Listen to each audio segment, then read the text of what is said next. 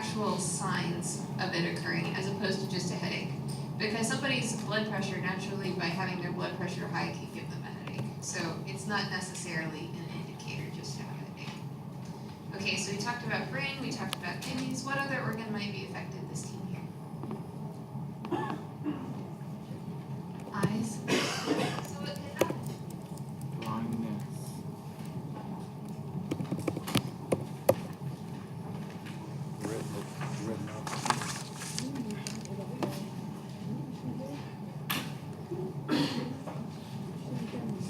Retinopathy.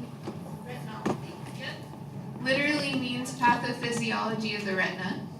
And so what we see with retinopathy is hemorrhaging in the back of the eye is what we start to see. And that's where you'll start to see manifestations in the eye. Usually that's due to long-standing hypertension, but sometimes you can see it acutely as well.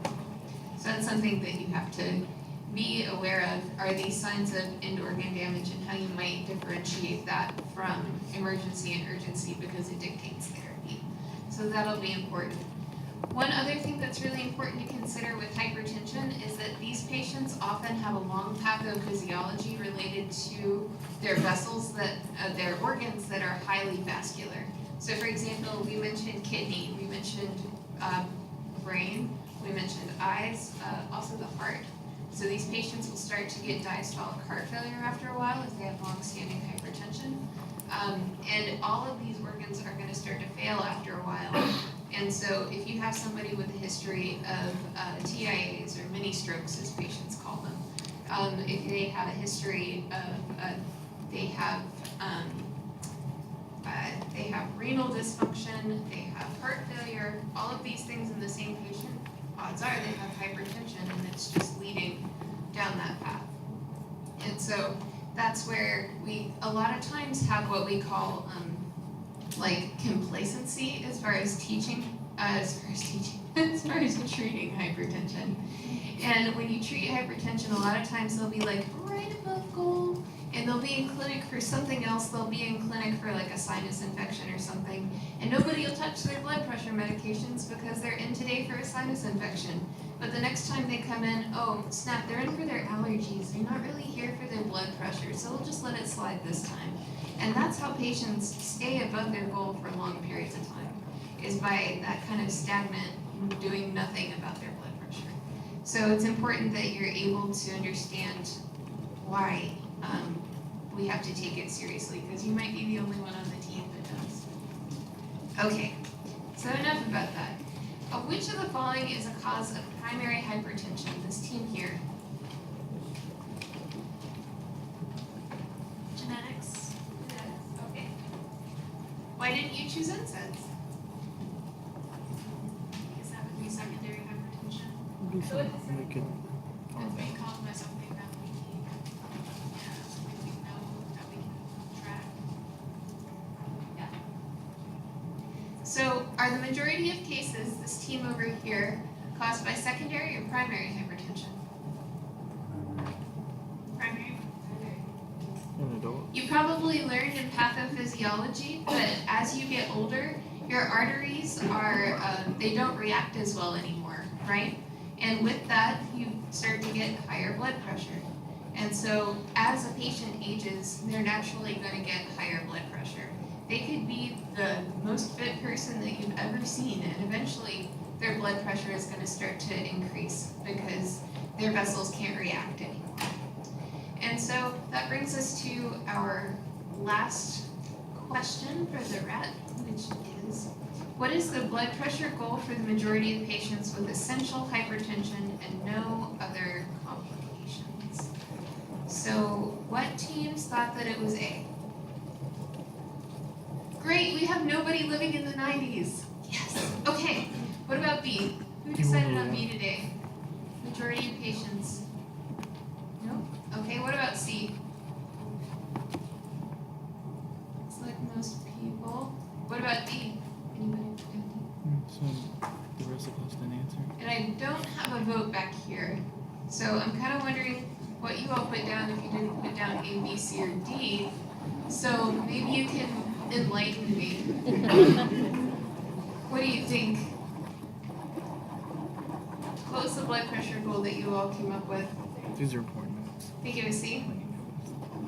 Okay. I'll go Why do you back think it's and C? retrace and just listen to it. Like a record player. Maybe because if they don't have any other problems, then it could be on a little higher limit. Yeah.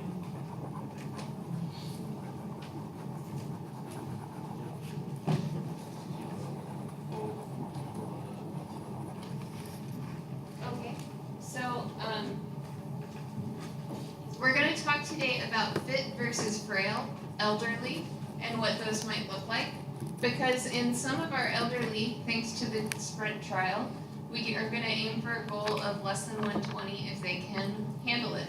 But for most of our patients, their goal is going to be 140 over 90. For a long time, we thought we're just going to get them to normotensive and that's going to be good and all is going to be well, but sometimes we don't see that that pans out in outcomes. Again, we come back to that outcomes word. And that's going to be really important because there's a lot of agents out there that we can use to lower somebody's blood pressure, but they're not going to have any outcomes associated with them for that patient population. So knowing your compelling indications and your goals is going to be really important. Okay. So building on these foundational concepts, we'll go ahead and get into our applications for the day. And so again, you're going to need a piece of butcher paper, and we'll go over the first part of the case and the second part. First part of the case, we'll be looking at risk factors, and then after that, we'll start to work on therapeutic lifestyle and maybe some interventions at that point as well. So one person needs to go back and get a piece of butcher paper. This will be the case that we've got. This is LS.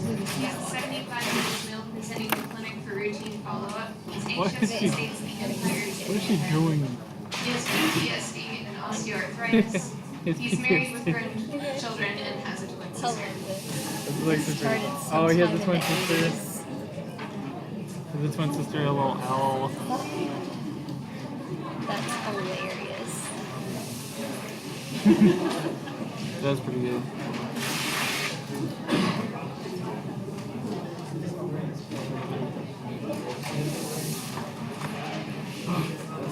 You do the healthy thing like you release water. You should be proud of me. I'm very proud. But if you come back with like a monster, I won't be.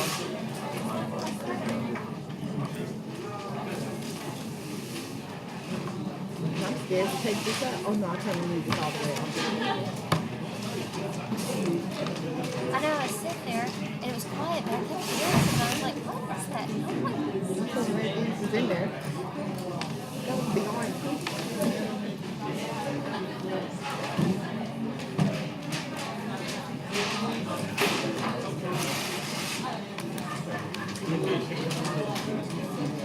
This is my thing to order.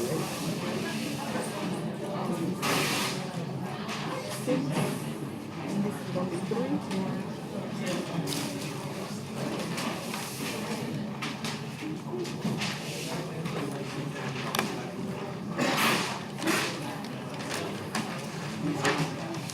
She didn't give us the question. She just read that.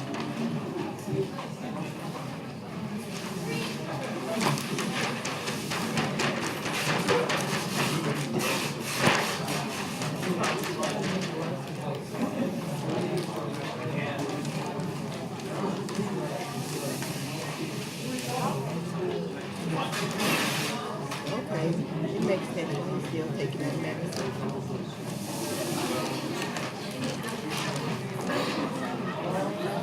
So this is LS's subjective information.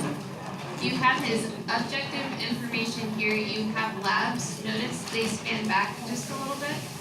And you have vitals as well. And then your apps for starting out today is going to be assessment. So what risk factors could be contributing to his blood pressure? What stage is he? And do you think he has primary or secondary hypertension? So those three things. I've started working on the app grades from before, and Overall, they look really good. I don't grade very hard as far as apps go, but I just wanted to kind of point out how the grading process goes for those, just so that you know. If you put the optimal plan down, you get full points. If you put everything down that you needed to put down, you get full points. And I subtract 2 points for everything that you either leave off, or like if you didn't maybe put the optimal plan, but you put the next best plan down, then maybe you get -2. But so you end up getting a little bit of feedback as far as that goes, but not like really harsh grading or anything like that. So I just wanted to give you a heads up. And those grades should be coming out within the next 24-ish hours. And so if you want to come by and get feedback before Monday, feel free to do that. I Tim just wanted to Bucks toss that says out. Darth Vader. So there you go. COPD. I'll go ahead and put the subjective and objective back up so that you can take a look at them. Do you think she's gonna do a Darth Vader with COPD? Oh, I hope. That would be awesome. It's gonna be like,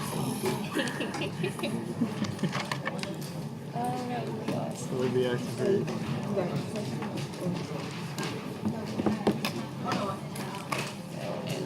Where is this thing? What is her name? That's a risk factor, right?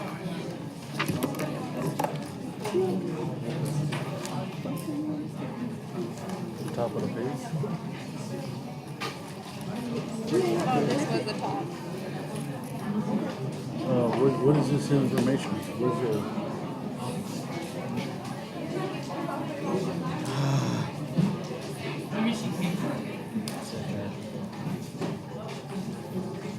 75. The Empire is getting ahead.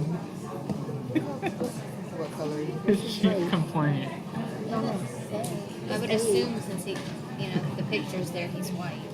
What color is But I mean, I don't know if we're allowed to do that. His sword or his lightsaber or him? He white.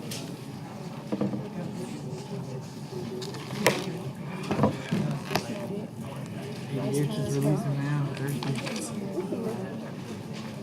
Are there risk factors? Where are they? No, page Yeah. 4. No, there they are. Yeah, sorry. So, 1, 8 would be good, but yeah. 8. Oh. Were we given his weight? He is over 70.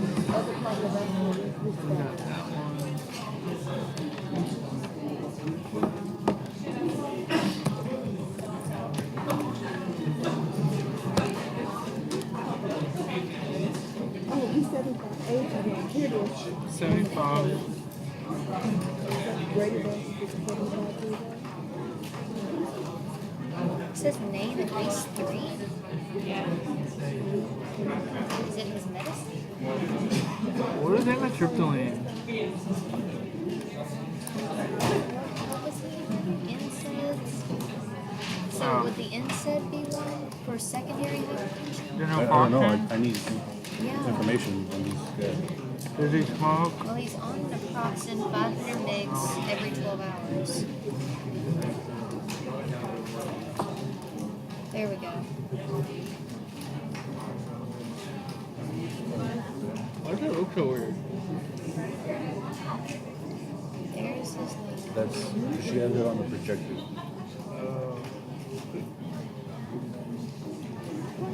The Empire is getting ahead. Yeah, you crazy. The Empire's getting ahead. Calm down there, Luke. He's anxious. They need Oh, Yeah, we're making that anxiety assumption is- because of the... anxiety. Yeah.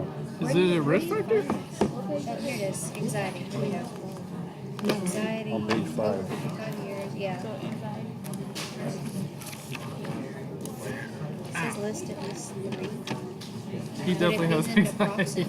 Would y'all say the NSAID use? Or would y'all say blood pressure? His age. Would you say risk factor would be blood pressure? Like his actual blood pressure being... Because they said over, if it's over 140, over 80 for 3 consecutive visits. Right? Yeah. Well, let's get an average. An average? Okay. Wait, anxiety's not a risk factor, it's a transient. That's a factor. transient factor. Yeah. So it's not. So it's not a risk factor? Okay. But then we can look at those. Okay, so 146 plus 148 plus 148 divided by 3. So average on systolic is 147.3. What stage CKD does he have? Plus 8 plus 84. And then 82.6 for the 147 over 82. 147 over 82. Yeah.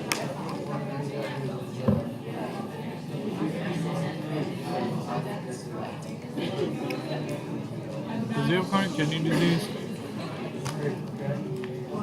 No, it doesn't say. His chronic clearance is kind of like one of those stages. We weren't given I can't the remember. information. I can't remember what the case was. Crap, that goes way back to like, Last session, yeah, who taught that? done. Done. I'll look at it real quick.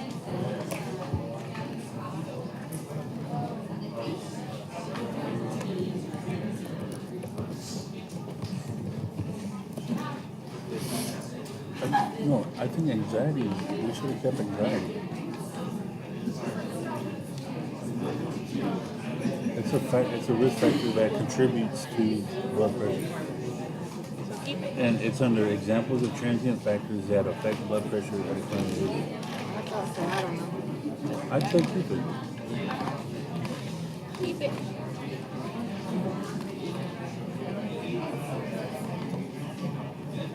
I mean, he's yelling that the Empire is getting ahead. So, I mean, what does that fall under? Is that would Is that he be lying? a Is he telling the truth? ischemic attack possibly, Dementia. or dementia? I mean, I'm not. I mean, I don't know what that could fall under. He's obviously having some type of issue brain-wise. He's stage 3 chronic kidney disease. Huh? He's in stage 3 CKD.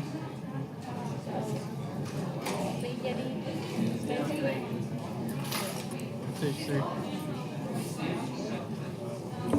I forgot. Let me put that in the notes. You gotta pull that from Don's stuff. Yeah, we gotta be able to do it. What did you pull? I forgot. How was it calculated? His CRCL is like around 40 or 45 Yeah, it's right to there. 44. Uh-huh. CKD is stage 3 is from 30 to 45. I mean 30 to 59. In that So range. I need to pull my stage. Okay. And that's you have the date on Don's stuff or no? Today is that was October 2nd and 3rd. Thank you. So keep anxiety low. I don't think it's one. I don't think it's risk factor, but it's a transient factor. So like, So the third, did you get the average? We got the average. Okay, it's 147 over 82, and that would be over the last 3 visits. So What do you say, 140? 147 over 82. So that is like what stage? That's stage 1.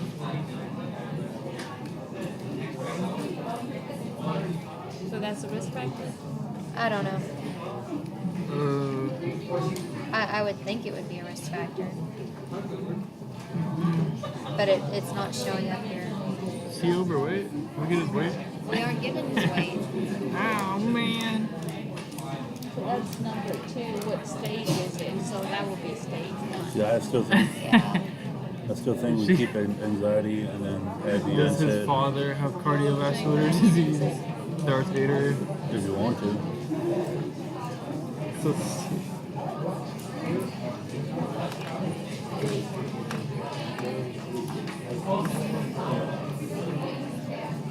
we don't have his cholesterol either.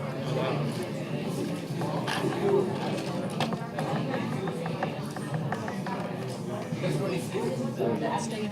you don't have to do everything. You can pass it along. ELODIL. So keep anxiety safe. If you want.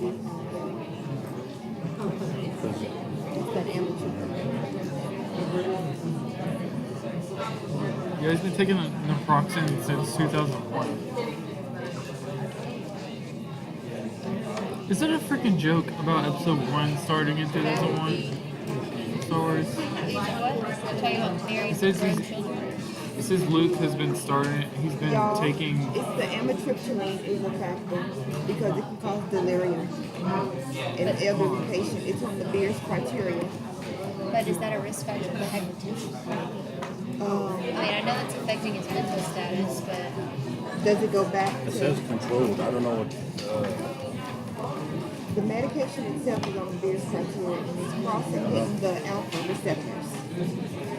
And if we hit the alpha receptors sexually, we going into the specific situation.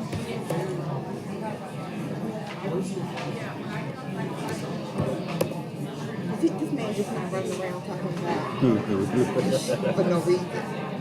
Something's wrong with his brain. because he's been on the amitriptyline since the 80s. But it doesn't affect you until you hit the beers.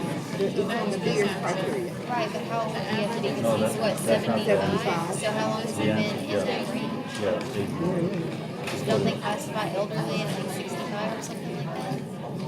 Hell, is it 55? You get 55 with a senior discount. But I use my mom. You know, there's your driver's license. Okay, what's the next one? Who did Luke marry? Well, that's what I'm saying. And Like who's his his children? Ray's daughter? Ah, that's what I was thinking. See, I don't know. That's what I was thinking too. I mean, but then who is his wife? Did Pylo kill his wife? Like, what's going on? Spoiler alert, I don't know. Is that coming out this year? It's supposed to be. I think it's Christmas Day, isn't it? And then, isn't there supposed to be a second Fantastic Beast coming? Yeah. December 14th December 14th. is when this Star Wars comes out.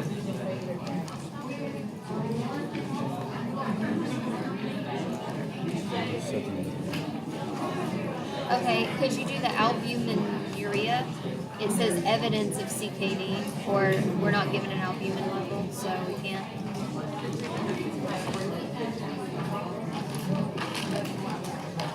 We don't know that he's diabetic. I don't know. So, what do we have so far for those top 3? That's his stage, so we done with him. We've got over 55 years of age, and we've got chronic kidney disease, but what else do we have? I can't find any risk What type factors of for drug this is guy. amitriptyline? An antidepressant, but they don't use it anymore because of the side effects of it. Hardly. So it's not an MAOI? No, it's a TCA. Let me see. Yeah, it's a TCA. Because it's, I don't know. Oh, Do we think it's primary or secondary? It's gonna be. I think it's gonna be secondary. Yeah, secondary. because of his chronic kidney disease, right? And he shouldn't be on the naproxen because that's a nephrotoxic agent because it's an NSAID. And so we need to switch him to acetaminophen for his osteoarthritis. What did you say? Hope? We need to switch or Oh. put that on the paper so we don't miss the point that she's going. Potassium high? No, I'm tripping. No, because it goes out to Yeah, you're no. right. I spoke before I thought. I was saying something.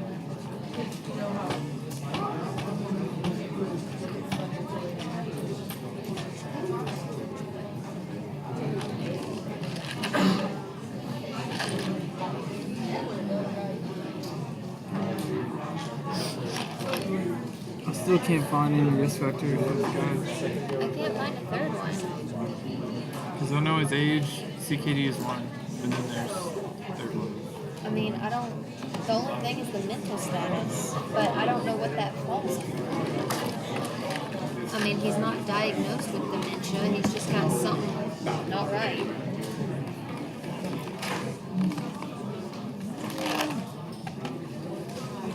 do we say PTSD falls under anxiety? Well, that's what Bryce was trying to make the point. He said it's a transient factor, not a risk factor. But So- PTSD is a condition, so it's like, will it be a consistent transient factor? Or does it come and go, or is he just consistently freaking out about the Empire? Probably when he hears something fly over the sky, he's He's like, like, "Ah." the Empire's coming. Yeah. It's the Empire.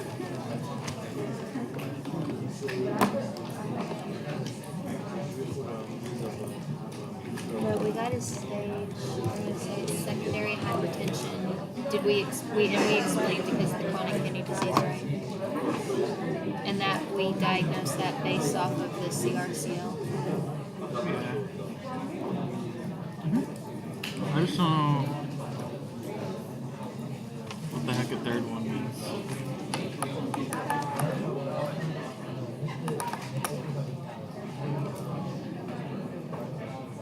Sodium is 135 to 145. Yeah. So that's good. Potassium is 3.5 to 5.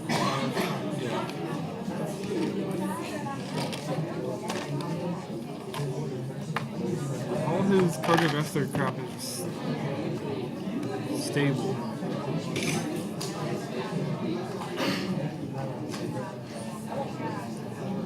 I mean, I guess you could say that Darth Vader did have health issues cardiovascularly, but that Yeah, was due to actually. magma and fire, not necessarily genetics.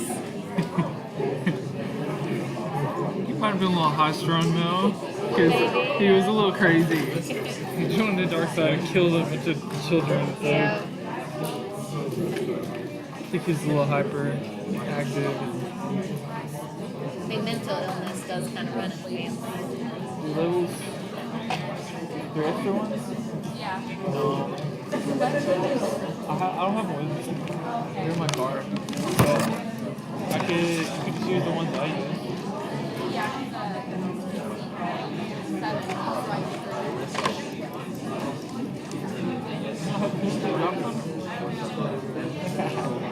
Someone's gonna find me and be like, So we agree it's secondary, right? what? Yeah, because of the chronic kidney disease, right? Go ahead and polish up those answers and we'll reconvene at 5 till.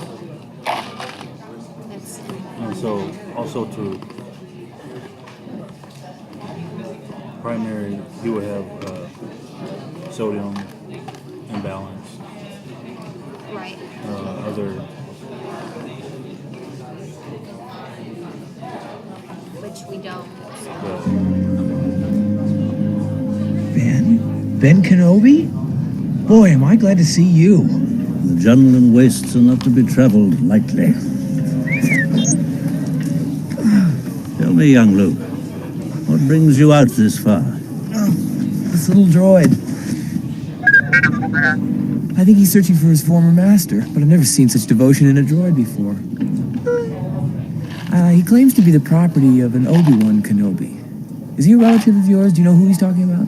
She really didn't give us much to go on. Obi-Wan Kenobi. Obi-Wan. Now that's a name I've not heard in a long time. A long time. And then if he I think my uncle knows him. He said he was dead. Oh, he's not dead. Not yet. You know him? Well, of course I know him. He's me. We don't make I haven't gone by the name of Obi-Wan since all before you were born. Well then, the droid does belong to you. Don't seem to remember ever owning a droid. Very interesting. I think we better get indoors. No, my father didn't fight in the wars. He was a navigator on a spice freighter. That's what your uncle told you. He didn't hold with your father's ideals, thought he should have stayed here and not gotten involved. You fought in the Clone Wars? Okay, let's go ahead and talk about your assessment. Yes. I was once a Jedi Knight, the same as your father.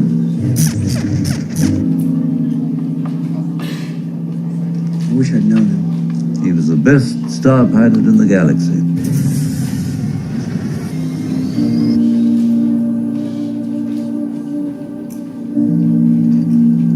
cunning warrior. And he was a good friend. Okay, let's talk about your assessment and risk factors potentially for Reminds me. hypertension. Shall we I give have you a something here risk for you. factor for hypertension? Your father wanted you to have this when you were old enough. What is it? Your father's lightsaber. For over 1,000 generations, the Jedi Knights were the guardians of peace, justice, and the Old Republic.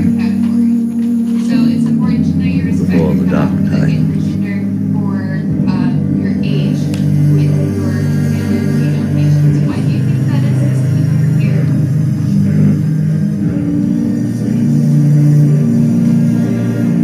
Before the Empire.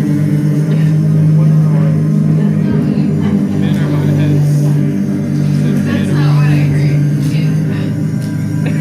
No, that's not what I heard, but not at all. Why else would it be? How did my father die? See here, it sounds almost like that, but menopause. And so it's why it's very important to use active listening skills. But A young seriously, Jedi named Darth Vader, estrogen is cardioprotective, and who was a so pupil of once mine they until go he through turned to that phase evil, and they no longer have that, that's when we start to see an increase in cardiac events. helped the Empire hunt down and destroy the Jedi Knights. See here, what's another risk factor for hypertension that you want to know?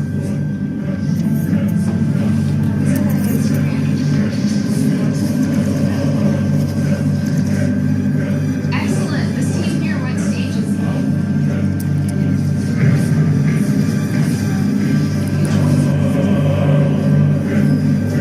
There you go. Now, some of you right now could make the case, oh, but that's creating serious blood stage EGFR. That's right, so we'll get to it a little bit further. The difference between the two cells is still quite He simple. betrayed and murdered your father. So he does have stage 3 CKD. What other risk factors does he have over here to this side? Vader was seduced by the dark side of the Force. Now the Jedi are all but extinct.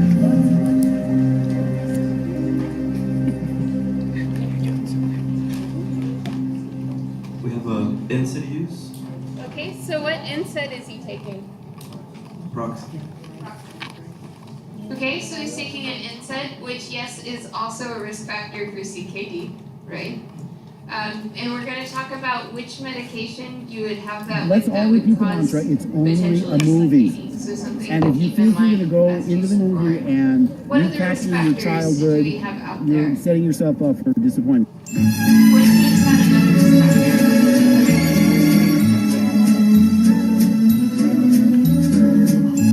I thought, look, why mess with the success? We're never going to catch lightning in a bottle again. We had a beginning, a middle, and an end. Let's let the memories suffice. And I said, you know what? My out is that Harrison's never going to do this. So one of the things to consider with this patient would be possibly light hypertension. I said, you guys, I have a very bad feeling about this. Maybe we should have just left well enough alone. You have definitely got the best role in this film, haven't you? You think? Top dad entrance. Wink. When I read Exactly. A, So I this told is Maya, important. I We fundamentally have patients disagree in with here virtually concerned about everything you've white decided about my hypertension. character. You can have But more patients challenging? with blood Yes, pressure and I think he has at more low blood leeway pressure, medications to that measure blood pressure. really mess Have things them up. measured for a It's couple days Colin before Trevorrow that's going to have to tie all the loose ends together. Bring it back I mean, up. you talked about the reaction to the first script, obviously, that funny kind of thing about waiting for Luke to appear, etc. What was your reaction when you finally got a chance to read this one? Were you satisfied and excited in terms of how integral Luke is and was to the story? Were you surprised by what Ryan chose to do? Yes, I was very surprised. And I have to tell you, and I should have realized that when I read 7, I said, I love everybody's part except mine. And on this one, it was similar in the sense that I said to Ryan, I'm so surprised how you see Luke. Are you bummed that Luke didn't get sort of a reunion with Han Solo? Absolutely. In fact, when I was reading it, I thought, if Leia's trying to mentally contact me and she's not successful, she'll rush to his aid. She'll get close to him and then get into some dire situation, and that's when I show up for a big yay, save her life. Then we rush to Han and are in the same position that Rey and Finn and Chewie are. Too late to save him, but witnesses. And I say, because it would carry so much emotional resonance into the next film. For us, his wife, his best friend to witness, instead of two characters that've known him, what, 20 minutes? Well, Chewie. In 7, you discovered Luke, obviously, is a hermit on this island, that he's... There's so much unsaid about where he's been and what he's done. And actors like to write their own backstories. You know, you want to figure out what you've done and where you've been. But I realized that wasn't really important to the story of Force Awakens. I still made it up myself. And, you know, I tried to show it to JJ, and he, you know, was accommodating, but basically patted me on the head, gave me a cookie, and made me go away. Because, you know, whatever, make it up. I mean, they allude to things that have happened, and to a certain extent, you know, it's not Luke's story anymore. But I think he's an important part of the overall arc of the saga, and again, there's a lot of mystery about him, even within the film. So you have to fill in your own backstory. I'm sure there'll be comic books and video games and novels that tell the story, but... what about his diastolic? I'm just going to break in here and make sure that everybody out there realizes he is so significantly important to this next film. Well, that's good to hear. But I did go up to Northern California, and the artists were saying, "Oh, I've been drawing you for a year." And you saw all this conceptual art where Luke's, you know, in scuba gear with... his diastolic is actually pre-hypertensive, you know, with... right? So Daisy's we went with character. stage What's her 1 name? because stage Ray. 1 is the higher of the two, and the average is what it is. Listen, you guys, I haven't seen in a long time. Luke Skywalker has vanished. I said, oh, this is going to be good. I'm reading. I'm making notes every time everyone says, you know, Skywalker must be top page 34. The sword of Skywalker is powerful than page 77. So I have this long list, and you know, I'll tell you where I thought I came in the forest when the lightsaber goes like this and flies off. I said, oh, what a great entrance! Ah! If there was a really big difference from one day to the next. Ray caught it? Like something like that. She hasn't even been to take up her training. What's the deal? I know. Everyone said. You didn't finish your training either, so you have no room to talk. I was a, you know, Jedi school dropout, but I had to get back to my friends. That was my excuse. Look, what does Luke know? Can he feel that Han Solo's in danger? All those things. See, I said, even if you don't plan to tell the audience, I have to know for myself. I made up a whole backstory of what happened between getting my medal, and yes, I agree, he should have gotten one too. But you're right. I said, because if you don't tell the audience, it's not about me anymore. It's really not my story. It's the story of Rey and Finn and Poe and all of them, which is the way it should be. But you'll find out more. I don't think anyone will ever say that's exactly what I wanted. And I better be careful, by the way, because I said for 7, I said in front of the crowd like you, I said no matter what we do, you know, it's going to be we can't please everyone. The build up and John Williams' music, and you know, I thought it worked very well. In fact, I want to do movies now where I don't do anything, I don't talk. I get second billing, we're going to treat it like and you know, I'm in the movie less than 30 seconds. Less is more. And so I'm reading. Where is Luke? Everybody's talking. talking about me. It's the most elaborate entrance in the history of show business. Do for this patient. And then it's over. And so just to recap right You show up, fast, turn around, pull down your hood. You don't even know what. we have our It's key really points. literally I always want to make sure a that we cliffhanger. recap our activities. That's what I love, the So, visual pun past medical of him history, standing on a cliff. Complications and highly Did you get vascular that? areas. The example Soggle. of this patient was what? And someone said to me, "Is that a gravestone next year?" Highly vascular You remember that area had question? complication. I don't know. Great. So It looked like a rock to me. We talked earlier about how they might have So we signed on, and like I say, I didn't know it was going to be bought by Disney because this was summer of 2012.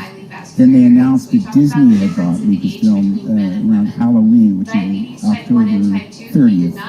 It was announced, and when you know who the director was going to be, and then they announced J.J. Abrams, and it all came out. It was all very, very exciting, and dyslipidemia be a risk factor for hypertension? I hope people are happy. It seems like because in Hollywood, remember, kids, it's not important if it's of high quality, only if it makes money. Now, Applause. I don't want to. A good example would be Transformers. Man, I love that. And to be completely fair to Michael Bay, I've never seen a Transformers film. I know they're among the highest grossing films in Hollywood history. I saw a trailer, and I'm too old to process that much information. Okay, so I mean, the thing looked like it was edited in a Cuisinart. If you try and count 1,000, 2, 1,000, and it's mind-boggling. And they're cutting everywhere where you don't know where you are. I mean, it's cinema of bewilderment, you know. But what I'm saying is, they keep me. All I'm saying is, I've never met anybody that's my age or probably even your age that say, "Oh, I love that movie." You know, most people are disparaging of that particular franchise, but they keep making them because they make huge amounts of money. And oh my God, I just realized this is all one film. Because I shouldn't have gotten that specific, you know. I mean, especially since I've never seen those movies, you know. But my larger point was, it doesn't matter if it's good as long as it makes money. So, because The Force Awakens made a lot of money, I can't be. It's not ergo. It's good. It's almost worth picking up smoking just so that you can have the 5-minute smoke break every couple hours, you know. But anyways, it's the ramifications of having the nicotine in your system that contribute to that hypertension. Other things to consider: disease states that we didn't mention. Obstructive sleep apnea is one that sometimes people don't think about, often seen with obesity, but not always, so that's something to consider. Thyroid disease, you'll talk more about that in IP7. Ooh, go 7, I coordinate 7. Cushing's syndrome, primary aldosterone. Is this a drill or something? Also in 7. Greetings, exalted ones. My name is Dash. Star Wars Story Group uses a technique called threading and seeding, where they seed an idea and plant it before it comes to fruition. An example being Saw Gerrera from the Clone Wars in Rogue One. They do that through all their properties, and the reason being is since that Legends has been taken down and they're re-establishing canon, they're trying to make it all come together. In doing so, if you read any book like a visual guide, you will see all of the threading and seeding peppered throughout, and their workings of it's like a math problem. They're showing their thoughts and their workings. In doing so, I 100% believe we know the episode 9 ending for Star Wars. I do want to say, spoiler alert, and you know, if you don't want to know how episode 9 works, don't watch this video. However, it's not going to be plot leaks. It is going to be what Disney has given us officially. That's it. It's hiding in plain sight. And before I start the video, I do, just for reference sake, want to show you a clip from the Star Wars show where they talk about how they do this process, so you understand they're openly doing this at all times. It's up to us to take the pieces and put them together. That's another fun thing, is because everyone was looking for the connections between Rebels and Rogue, and now that Rogue is out, there's probably a ton more that are working backwards that people can now go back and watch for in Rebels. Yeah, and the fact that fans were questioning whether can they do this, whether we'd be able to do this. Of course we're going to do it. We've been seeding this stuff for years. That's why, yeah, I mean, a lot of with Rogue coming out, you'll be able to see a lot of these story threads that, as Leland said, we've been seeding for years. The Kyber crystal stuff, Geonosis, and the Saw is all coming together right now. So people finally understand what this is all about. Even the Tarkin Initiative, things like that, like these little elements that all weave together to make this cohesive story.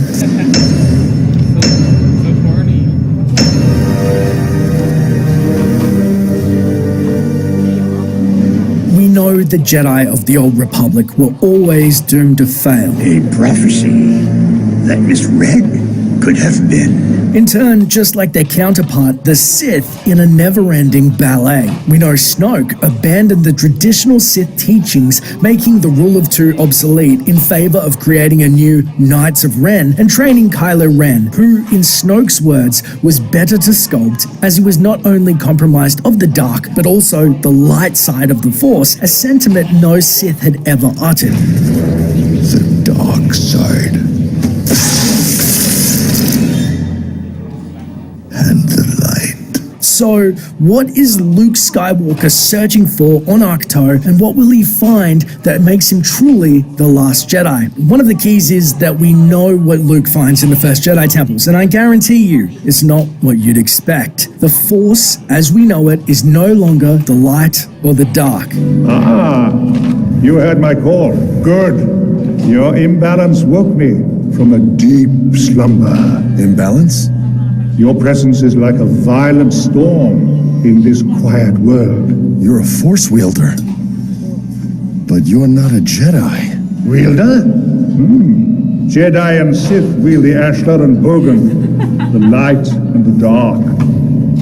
I'm the one in...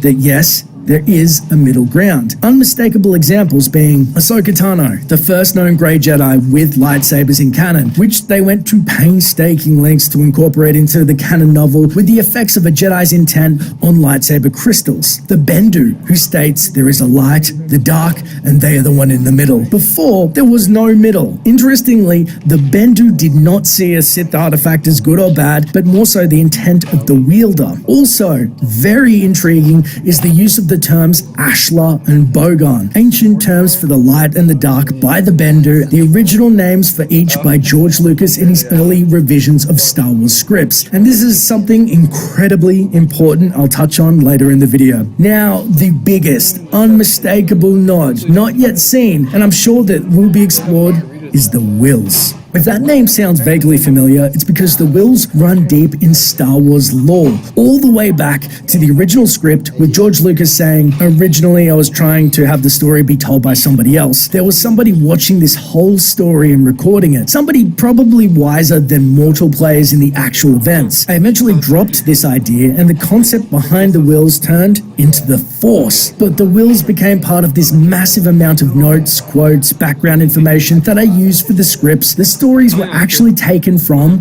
the Journal of the Wills. So the Wills is now the Force, and it's perspective in George's words. We actually have a repurposed Wills in canon. You may remember the term applied to Chirrut Imwe, known as the Guardian of the Wills in Rogue One. Well, here's where it gets intense. You see, everyone assumed Jedi housed the Jedi Temple, right? Well, the facts stated in Rogue One visual guide are startling. It said, legends surround Jeddah. Some speculate that it is the origin of the Jedi Order itself, and some insist the planet gave name to the Jedi Order. However, scholars say it's the other way around. All agree the history of the Jedi and Jeddah are intertwined. Okay, so they are close, and Chirrut was their guardian. He follows the Jedi way, right? A Jedi believer from Jeddah. Well, here's the most underexposed statement in the visual dictionary. Though Chirrut deeply believes in the reality of the Force and respects the former Jedi Order, he knows no one could ever hold a monopoly on understanding the cosmic energy field.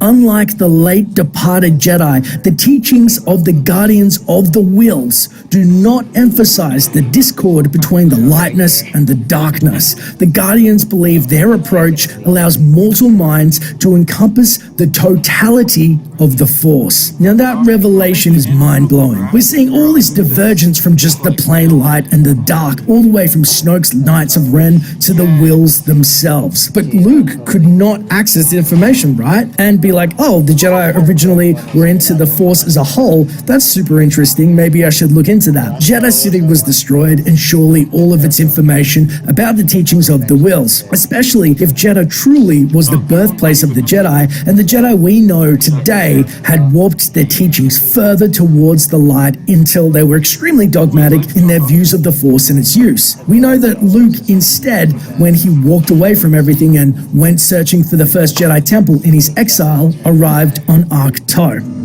Luke felt responsible. He just walked away from everything.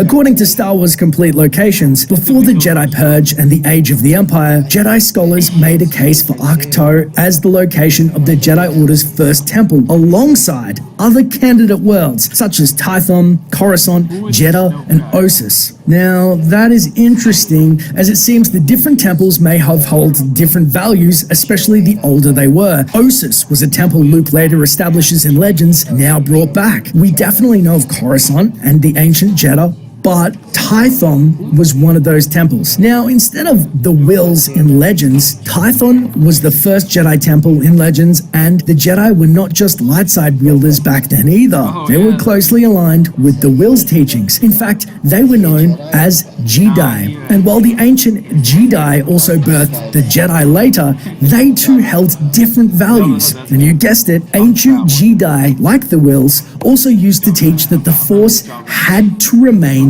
in balance. And if any student on Tython was too far dark or light, they would eventually be sent to one of Tython's 2 moons to meditate and become balanced again. The light side moon was called, drumroll, the Ashlar, and the dark side moon, the Bogan. Jedi and Sith wield the Ashlar and Bogan, the light and the dark. I'm the one in the middle. Now, all of this makes a compelling case that yes, the Jedi were once in the business of balance versus hardcore lightsiders. And yes, Luke would probably come across the same teachings, whether on Tython to Ahch-To. And it makes sense. The Knights of Ren abandoned the Sith as their way just wasn't working. Luke had gone through such an ordeal, losing his aunt, uncle, Ben Kenobi, facing his father, his death. When he believes there's finally balance, he trains this new batch of Jedi following the way of the Order, only to have his nephew destroy his work. In his sorrow, Skywalker vanishes and went in search of the first Jedi Temple, and he entered into a self-imposed exile on Ahch-To, residing on an island with stone ruins. Unlike Yoda and Ben Kenobi, it doesn't seem like he's waiting for the next generation, but he would no doubt find in those temples that the Jedi path had diverged greatly from what originally was intended of the Wills and balance in the Force. Now, if we put that together, this balance, this Zen Eastern philosophy, it was a part of what George Lucas's vision was, but it wasn't really pushed hard. If we put all of this together with the Grey, the Wills, and even the statements from actors such as Daisy Ridley supporting it, saying, I don't know if I'm a Jedi, I don't think I am. We've had this debate as to whether Leia is because she uses the Force powers. Just because she's not like, oh, I'm going on an adventure like Luke, doesn't make her any less forceful. So she's trained by Luke, but she's not a Jedi? This is a personal observation, but it's telling when Mark Hamill quotes, the title of The Last Jedi reminds him of The Last Samurai. Well, it's got a real samurai. You know, it's straightforward and minimalist, and I like that. I could further my theory that Chirrut-Imwe and Baze Malbus were Zem-like spiritual warriors, but that's probably stretching it a little. So, with all this evidence mounting that Disney is pushing the Grey narrative, here is how Star Wars Episode 9 is set to end with a poem. Now, remember how the Wills see the Force not from just one side, but as a whole, and George Lucas wanted to use them to dictate the events of Star Wars in its entirety? Well, like the Chosen One prophecy by the Jedi, which wraps up Episode 1 to 6 neatly, the Wills had their own, which appears to cover the events all the way to Episode 9. Now, the Journal of the Wills is in canon, and it was a journal that referenced the Jedi. A verse within the journal labeled 7447, I don't know exactly the significance of that number, contained a poem concerning the dark side and the light side of the Force. Remember that the Wills are the overseers of everything, not just one narrow view. It just so happened to live as the forward to the events in the Force Awakens novel. It reads as such. First comes the day, which clearly could be the Jedi Order's rise. Then comes the night, which is the fall of the Jedi to the Sith and the Empire. After the darkness shines through the light, which could be Luke Skywalker's new Jedi Order, and that covers the events from episode 1 to 7, and now we're going into new territory, which tells us 7 to 9. The difference, they say, is only made right by the resolving of the grey through refined Jedi sight. Journal of the Wills 7447. So the difference, they say, is only made right, which is the difference between the light and the dark, or the Jedi and the Sith, and the Force going dormant for a time, as we know. Now, here's the direct reference. They say, by resolving of the grey through refined Jedi sight. So basically, it could be that they need to find the middle ground of the grey as the Sith and Jedi. That just didn't work. Everything points to the fact that the Sith have been abandoned. Why wouldn't the Jedi be? If Luke stumbles across evidence that the Jedi weren't meant to be so dogmatic, surely he too would shift his values to make sure that the Sith and the Jedi forever being in battle, maybe he could correct it. Or maybe the Force has always needed the Jedi and Sith outside the grey. According to Lor San Tekka, there cannot be balance in the Force without the Jedi. Now, the last line though, through refined Jedi sight, that means either Luke has to realize the Force isn't, in Palpatine's words, the narrow view of the Jedi, and it needs to be embraced in its entirety, or Rey will learn that lesson. Either way, a Jedi needs to refine their sight beyond what they have always known in the past. It could be Kylo Ren refines his sight as a Jedi, realizes he's wrong, overthrows Snoke. It could be a number of things. I can't tell you exactly how the events will transpire. However, I can guarantee you, by the end of episode 9, the new prophecy will be resolved. There is no question in my mind except how and the role the Grey will play, which is being pushed hardcore by Disney. But hey, it will be resolved by refined Jedi sight. And the beauty of this video is it is just the start of the discussion. Our love for Star Wars surrounds and it binds us together. So let me know in the comments below, what do you think of the Wills poem and its effect on Star Wars as a whole? Because if you love Star Wars, I want to talk to you about it. It's as simple as that, my friends. If you want to stay up to date with the latest Star Wars videos of origins, games, and theories, don't forget to use those force powers of yours and hit subscribe. And hey, leave a comment below about what you want to see in future videos. It may just get covered. Thanks for watching, and may the Force be with you. Always.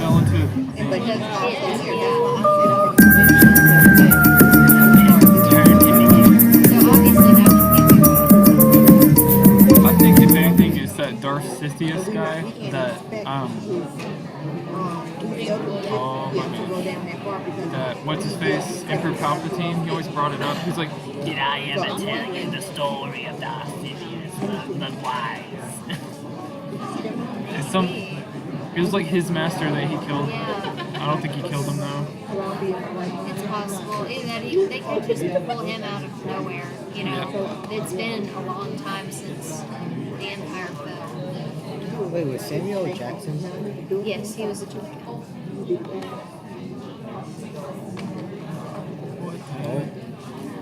Here's how Django got died.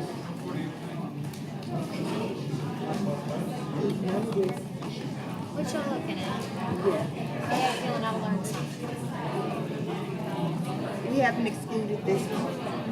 Because it's elderly. We're dealing with 75-year-old kids. Can we expect him to get Samuel Jackson? Yeah, yeah, he did. And being 75, that's all I'm thinking. I thought he was like this unstoppable Jedi. No, I agree. But the first one But then he punched back and attacked It includes CPLD and elderly. And both of them. So the 120 is just like, he's never getting back there. So we can scratch that off. 150 over 90, that's not him.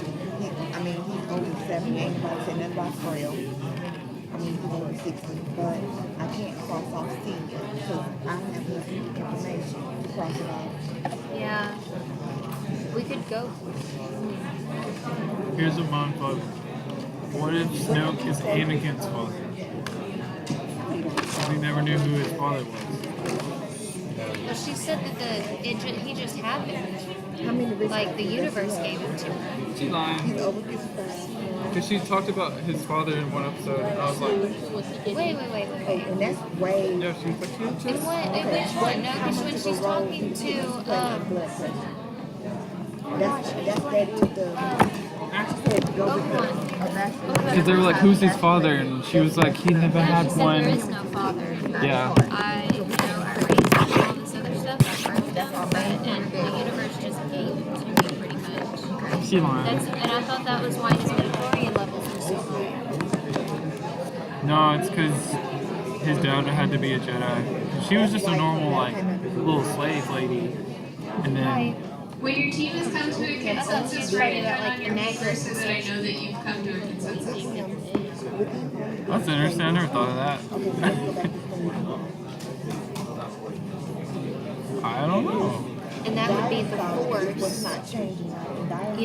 fulfilling the prophecy about the Jedi that's going to bring peace to the universe. A Force baby? Yeah. I don't know.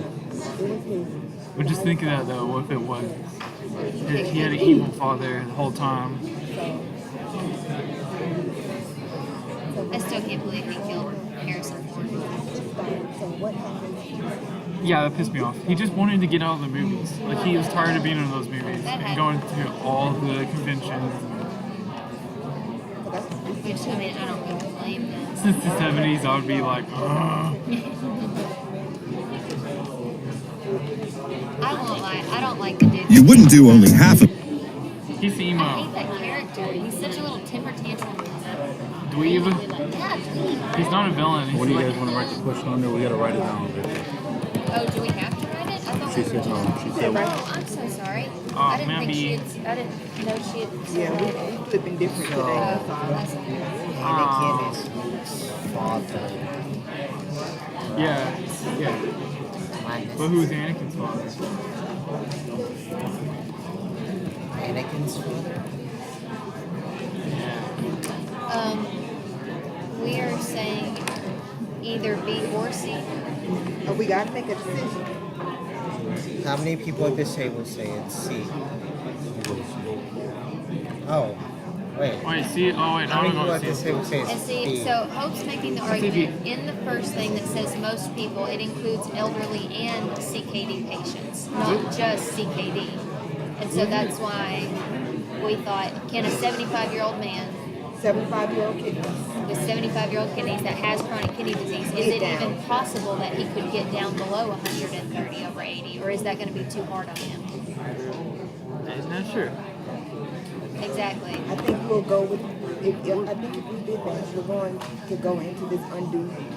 I mean, the treatment. The undo doesn't make sense to me. What does that mean? It means excessive, but without excessive treatment. What's the first ACE inhibitor is the first line? Are they really clear? Wait, because he has CKD, you can't do that. Isn't that one of our specific treatment options? I have no idea. I'm just Yeah. want to see where these drugs will work at. But again, we said he's stage 1, and we Yeah. agree with that, right? What's the first Here. line of treatment? Well, because he has CKD, you're going to do an ACE inhibitor or an angiotensin II receptor blocker. See? Yeah. Kidney disease, C. ACE inhibitor AR. Because it says B is And recommended it for says younger specifically do not do with it. CKD. What about elderly? Is that what they mean by lack of excessive treatment? Like in children and...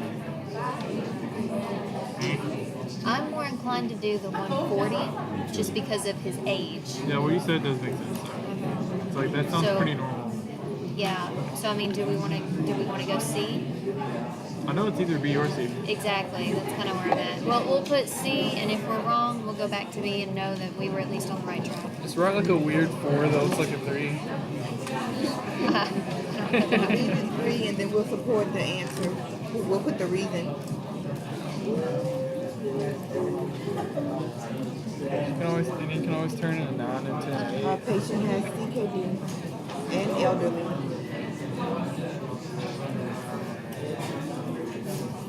She asked, we can't expect 75-year-old kidneys to act like they 30. Can't do it. Agreed. And even though we calculated this one, we probably still should have. Remember she said add 1 I like the red marker. What teams don't have a blood pressure down on their butcher paper yet? It's okay. Raise your hands. 1, 2. Okay. Hey,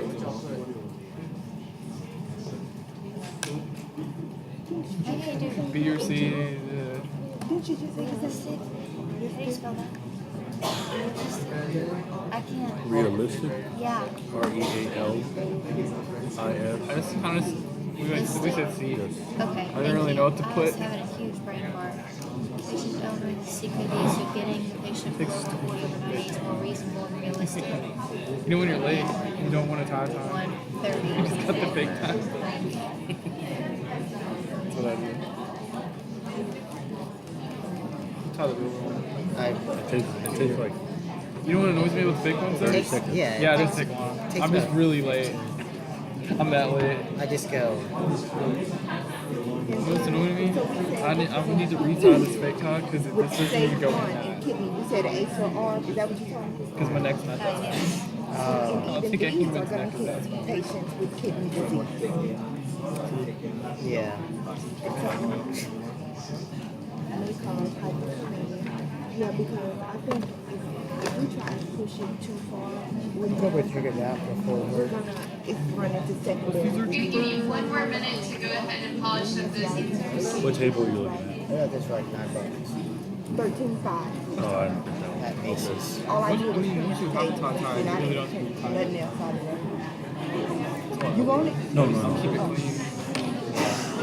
Retie it maybe if I need to, Yeah. but I don't know how to clean a tie once it's I heard they clean it just like steam. I need one of those. I need a steam iron off Amazon. They're pretty nice. Or you can just close the bathroom door, turn on the hot water, and then just leave it close the door.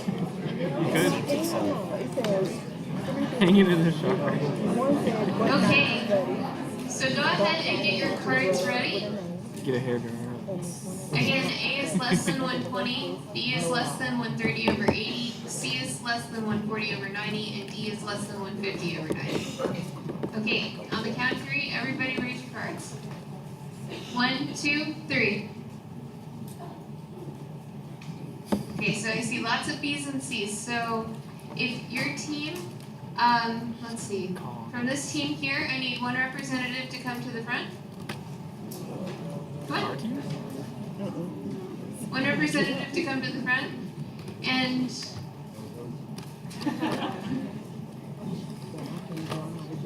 from this team here, what did you pick? Pick B. I need 1 representative to come to the front. She needs to choose a B. Because he's so working.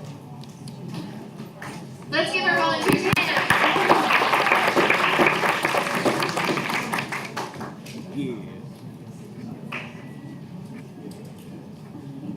Okay. So, what blood pressure goal did your team pick, and why did you pick that blood pressure goal?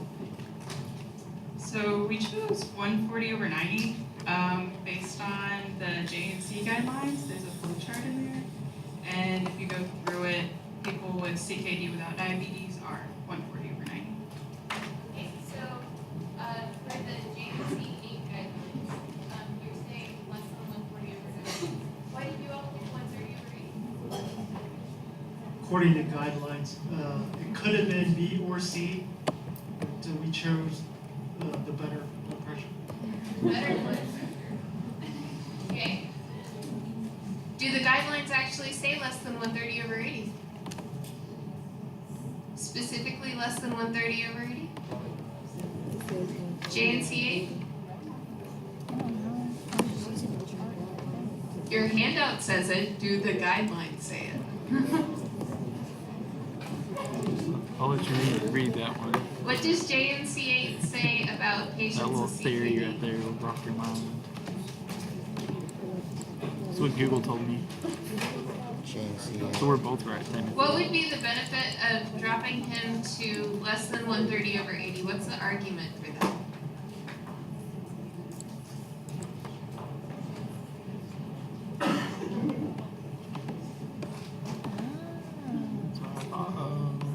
Maybe this why he's evil.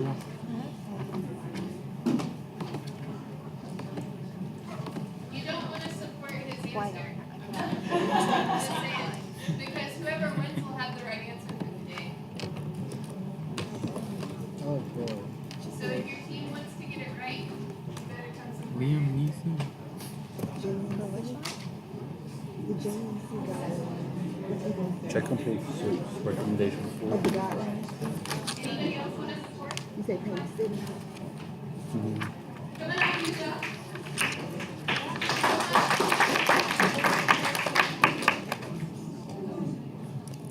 130. Proteinuria. Is it B? Right, so our thought process, my thought process, I guess, was that since his blood pressure is kind of actually close to 140 range, it would be maybe more beneficial to keep dropping it a little bit further to the 130 range, because I believe it's at 148 currently, though, and so maybe dropping it a little bit more would be more beneficial for the patient. Okay, and so you're going for, you said the 130 range. So would you answer first? It's not a big difference in lowering You're it going for the 120? from 140. Right. So he's at 140 right now, currently. Yes. So I'm seeing that kind of he's kind of, I guess, still in the C, in the answer C, the 140 over 90. So we would want to drop it below that to go to the answer B, which would be 130 over 80. He's at 147. What do you think? I think the guidelines said that for patients with CKD, that if they're under 140 over 90, then dropping them below 130 over 80 really didn't have any additional benefit. Those are normal people. So good job.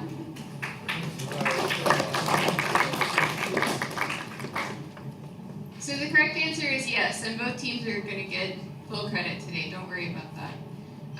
So the case that is being made for less than 130 over 80 today is that for those patients that can tolerate it, oh, that's not the correct screen. There you go. And eventually there will be clicker questions, and this will be more fun with those. Oh no. But for most patients, it's going to be less than 140 over 90. However, the main reason, why do you think in this particular patient we wouldn't buckle down just yet? I'm gonna go back to a clicker. A $25 clicker. Sorry? So we can all He hasn't been treated yet, so maybe we don't want to drop him too fast. That's a good thought. What else do you guys think? What else could be a reason that we might be a little bit conservative to start out in this guy? It was one of his risk factors, his age. So he's 75. His little arterioles aren't going to react the way they used to our medications. We don't know how he's going to tolerate them. And from that standpoint, we would start at 140 over 90 and then work our way down and see how he tolerated that. Now, if he was 42 years old and he was presenting to clinic today, we would definitely go for 130 over 80, and we might even push it down to less than 120 if he could tolerate it. So it's the difference between those two. So you would also say, well, wait a minute, maybe he would be less than 150 over 90. You see here, why didn't you pick less than 150 over 90? Yep, because I mean, he's elderly, he has CKD. I mean, you know, he's talking about the Empire. Is the Empire even still going on? I mean, yes. What do you guys think? December Why did you 14th. pick less than 150 over 90? It's called something else though.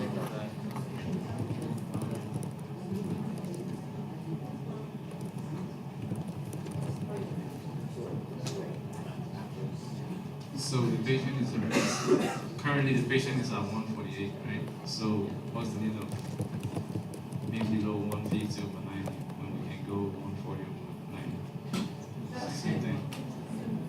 He would already be at goal at that point, right? We would still counsel him on lifestyle modifications and that kind of thing, but he would already be at goal at that point. So it would still be, we would do dietary modifications, all of that, but he would be at goal. The reason we wouldn't do it in him is he's pretty able-bodied at this point in time.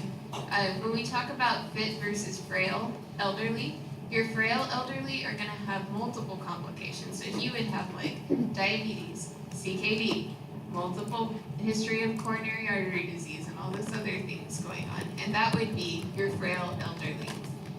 And elderly in this case does start at 60. That's important to know, is that 60 is when we start to consider elderly in this age group.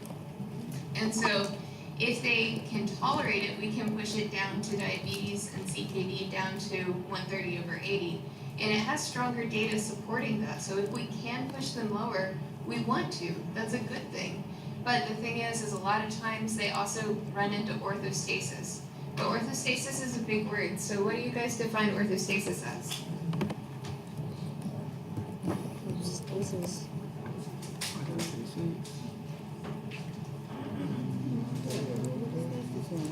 It means when you stand up and you have low blood pressure. Orthostatic hypotension.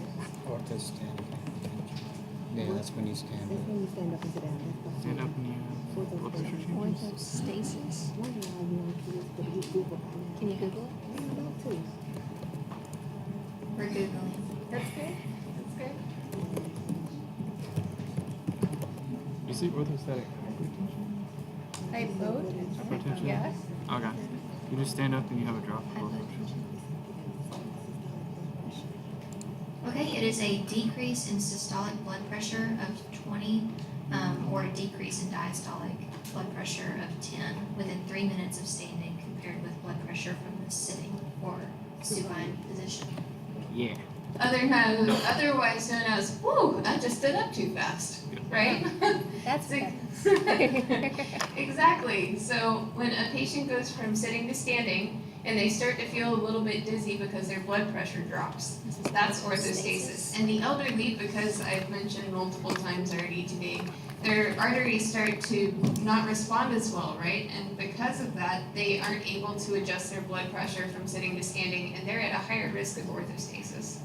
And so that's why we run into issues with pushing their blood pressure lower. They might be okay while they're sitting down. They might have a blood pressure right where we want it to be, but then they go to stand up and all of a sudden, whoop, their blood pressure drops and they're not able to function, and they might pass out. And when you pass out, you might break a hip, and when you might break a hip, then all of a sudden our mortality goes up at the 6-month mark. So that's why it's important. Does anybody, this was a part of your recommended readings. What was the name of the trial that gave us that last bullet point there? Sprint. Does anybody know, actually, I know somebody who does know because you mentioned it earlier. Do you remember what happened with our new set of guidelines? You mentioned your preceptor was talking about it. So the 150 did your for preceptor elderly. mention what the big hullabaloo was about when JNC8 came out? No, he didn't. That's why you're here today. It's okay. That's why you're here today. So when JNC8 came out, first of all, it was hashtag JNC late because it came out 20 years after the previous set of guidelines did. And so all of us called it JNC late because it was a long time before we got those guidelines. And every year it was like, oh, this will be the year that the JNC8 comes out. And it actually became kind of a joke after a while, like, oh yeah, JNC8's coming out this year. Yeah. But anyways, so we finally got JNC8, which is the guidelines that you have from 2014, I believe is when those came out. And what happened was we went from these rather tight blood pressure goals, and they leveled the playing field. And it was just like, whoa. Because we went from like 130 over 80 and 120 over 80 to 140 over 90 and 150 over 90. And it was like, we're easing up. My patients are going to have CKD after this because we're going to be still pounding their kidneys with all of this blood pressure. And it was a really big change. And so the sprint trial was going on at that point. And what were the 2 arms of the sprint trial? Team 15. This came out like, it's over a year ago that this has come out now. But when it came out, it was like the release of a Harry Potter book. I mean, it was a really big deal, okay? When this trial came out, because it was supporting these lower goals. So do you all remember? It's okay.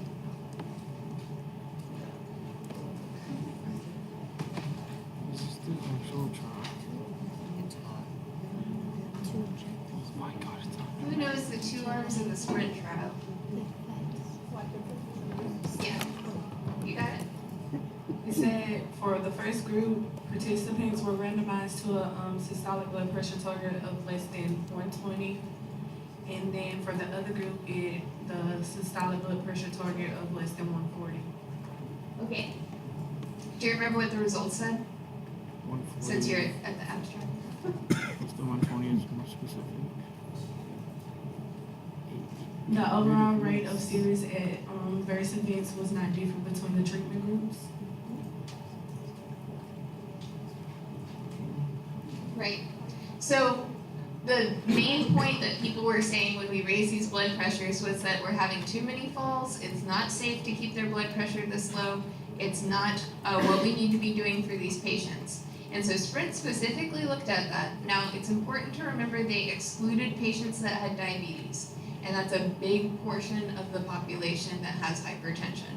So you can't apply these results to somebody with diabetes, but it demonstrated that it had the same benefit as those that were at the more relaxed goal.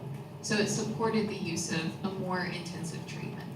And so keeping that in mind, it's okay to buckle down to those goals, even in those that are older, because it was that older group, especially the 150 over 90, that was really debatable.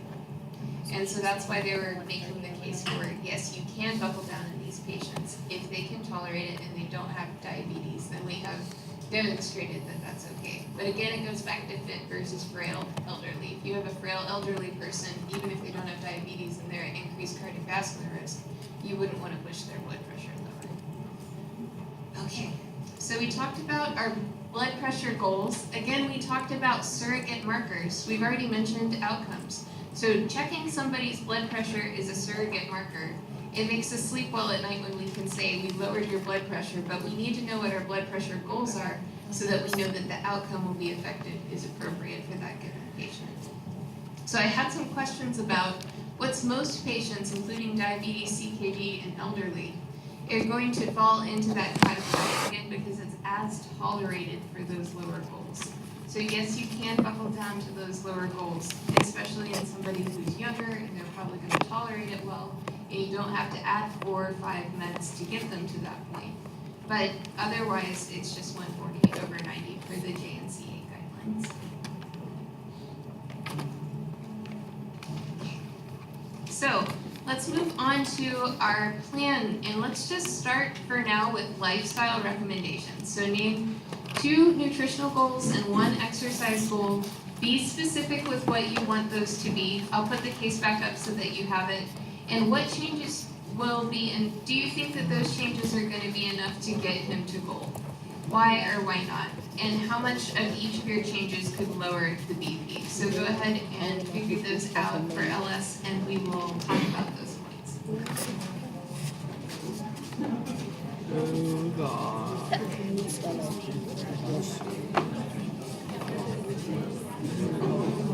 This is bad. Because I'm left-handed, so it's just gonna go.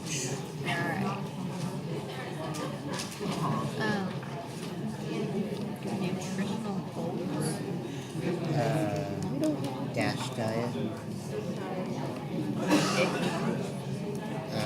Reduce sodium from 3.4 to 1.2.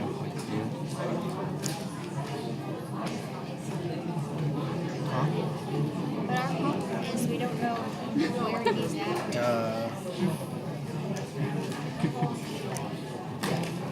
Yo, I need your book. Find the book. I mean, for exercise, you might write down what the 3 to 4 session per week of the 40-minute session of moderate to vigorous intensity is applied. I don't think he's gonna be able to do that. Not bigger. He's 75. What can he do? Water runs. Low intensity. You think we can do it?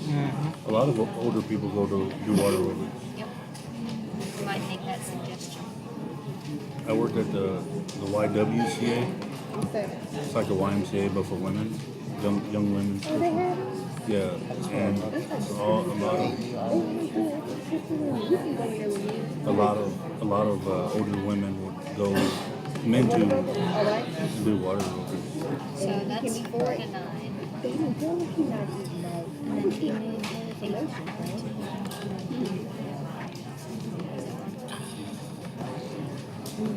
I mean, it might work. Yeah. And then I mean, if he does the DASH diet, then yes, that might work. and then once Fruits, it could be vegetables, specific, low we have fat, to, yeah, dairy products. foods rich in potassium. But see, this is the that Ah. it said low Oh, here we fat go. dairy products. So we said to have What? I foods found rich it. in fat. Table 13.4. 13-4? Yeah. Taking a screen clipping. Dash diet? And then riches, yeah. Yeah, because she want all of that on there. You reduce salt? Yeah. Is that the second one? I guess. Pasting. Does he drink? Pasting in the We group. don't know. We don't know. I mean, he has PTSD. Oh well, thanks Ruby for making that Don't look like stereotype. absolutely. Don't stereotype. But I'm gonna say Not everybody will be just uh-huh. I did. And then yeah, you can do decreased sodium. We have to be specific on dash diet. I got it. It's right here. All this goodness in that chart. And you can just chart away on that little chart. Calcium and magnesium. Chart 13, table 13.4. 13-4. From her chapter reading. Does it line up with this? 8 to 14? Yeah. Okay, so she just copied all this one. Making sure it wasn't anything new I needed to go print off. It's like 114 pages. Yeah, go print it out. I don't think there's enough money in anyone's accounts.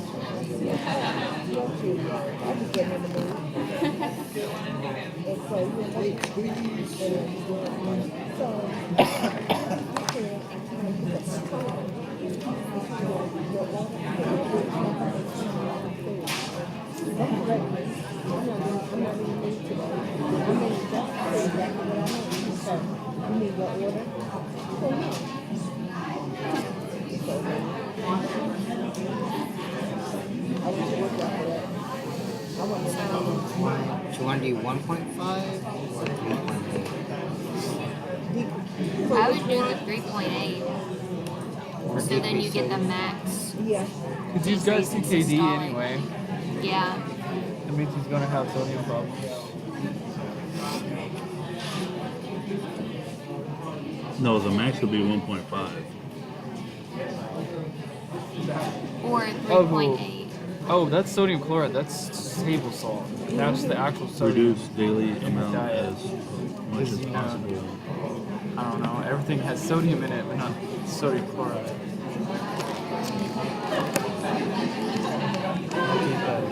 Just don't put salt on your food. Yeah, they got that no salt stuff you can use. It's good. Is it It's called no salt. and salt it's just substitute?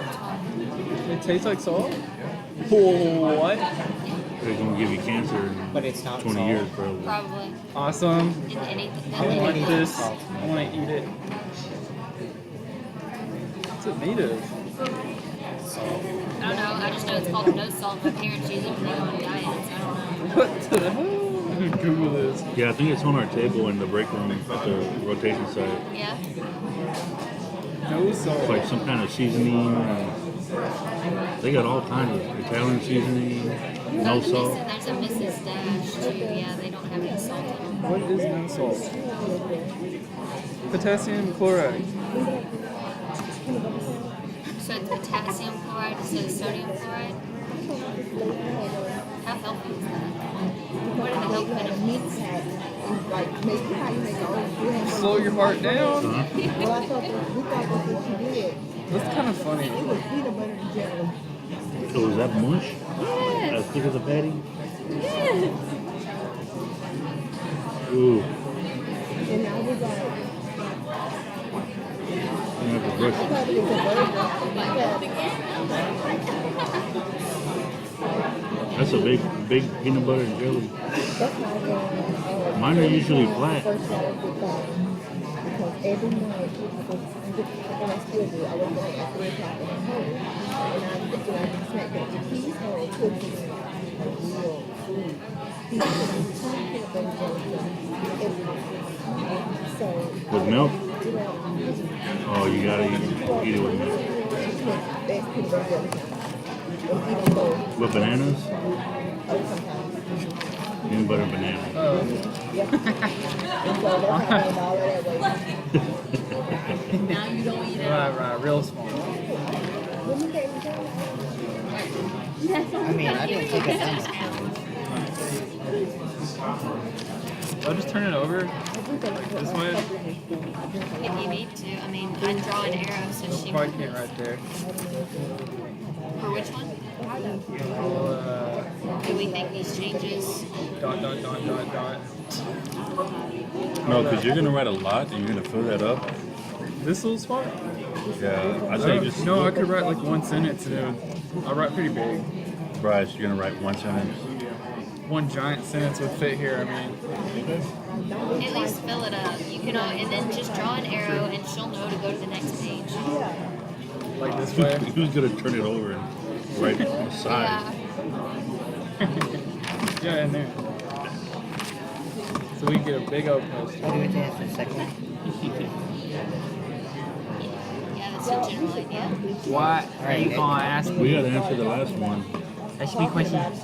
You got this. I don't have a question. Just how much You got each of your You changes don't have a could. what? I don't have a question.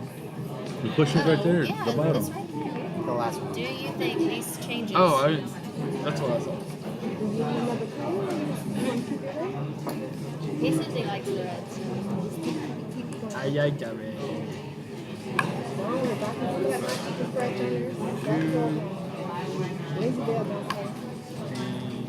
As long as we get credit, that's all I count. That's all I care about. As long as it's legible. We all have similar handwriting. Oh wow! How did I do that? I do write really big, don't I? I'm not dumb, yeah. Everyone else. I might dumb it down a little bit. Sorry. Oh, me too, but I took the whole page. I know. Jesus Christ, didn't leave me room. I told you I'm John Hancock. I'm making sure people can see it. We have the smallest letters. Huh? That's sweet. Can't fit it like that. Sorry, guys. I feel like they should just take one side and then they can have the other side. It will take up like this much. It don't work in real life when you gotta share a closet with your wife. No. Well, thank goodness I don't have to share now.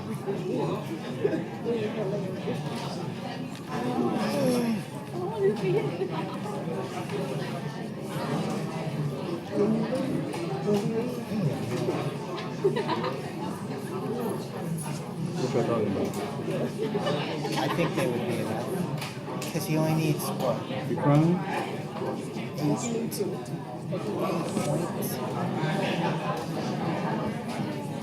be enough because he only needs 8 points to get a 10.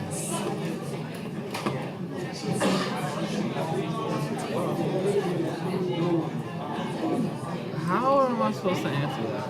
Well, because dash diet can lower it by 8 to 14. No, we gotta answer the first part first. Do you think these changes will be enough to get him to go? I think if you add If he all sticks of to it? this, I think it has the potential to. His goal's 140? Huh? Of less than 140? You're Less dropping than it. Isn't it less Dropping than it. 130? He's at 140. No, his goal is less than 140. Remember? Oh, she said less than 140?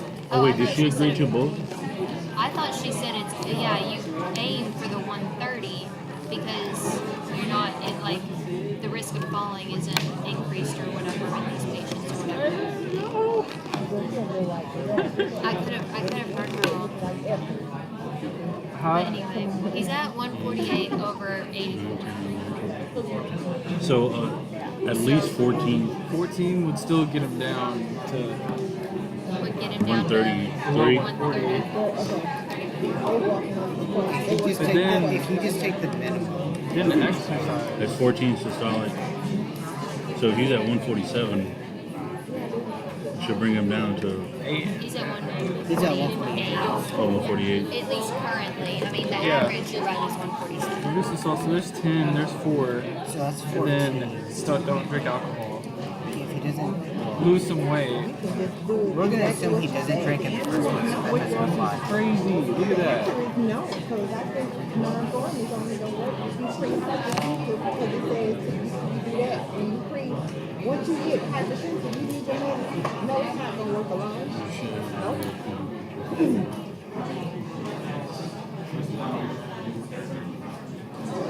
Not by itself. Well, I mean, it says it is continued. It is continued when a patient progresses to hypertension. We haven't put him. She said just hold off on Lifestyle modification. and then exercise, 4 to 9.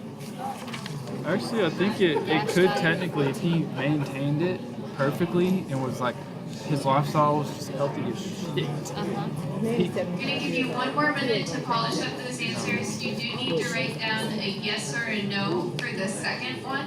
So make sure that you have yes or no written down, and why you chose that particular answer. I would say theoretically yes, but in reality probably Well, let's be realists today. So not. no, Probably not. he needs meds.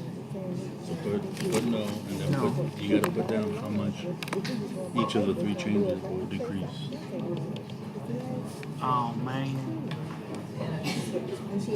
We had it. We're doing water aerobics, exercise dash, sodium. No? No. What if I say no and then we say it'll decrease it by this amount? Then it'll be a yes. It says it would. It says how much could it lower.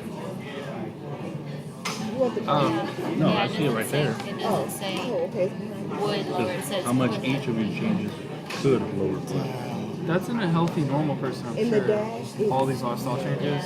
Not someone whose vasculature is kind of spent. Yeah, not to mention, 75 years of age. Like she was saying, he's 75 years old. He's probably not going to change his lifestyle all that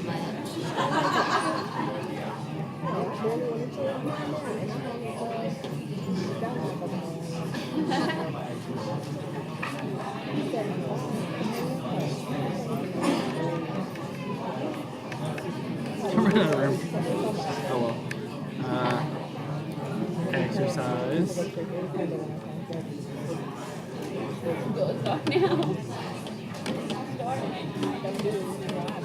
So exercise decreases it by 4 to 9. 4 to 9.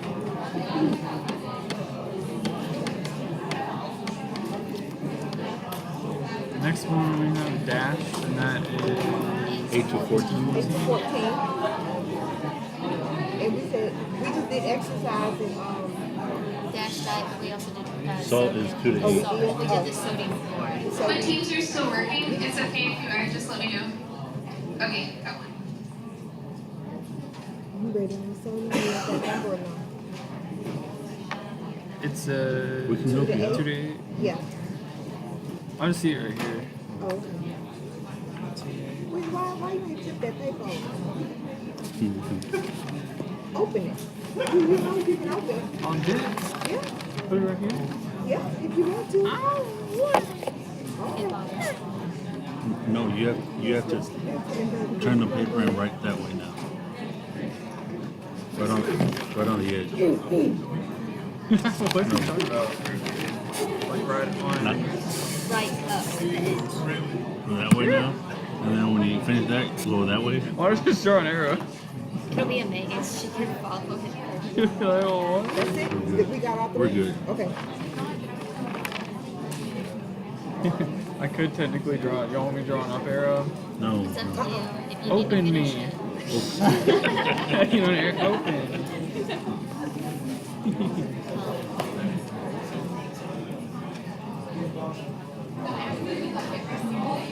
There's just enough room to do that. I said no because he's 75 and elderly, and it's hard to change and respond to. Okay, so let's go ahead and talk about what lifestyle recommendations. Make additions in here. Tiny little green edition. Y'all had for LS today, so we'll start here. So name 2 nutritional goals that you have for LS today.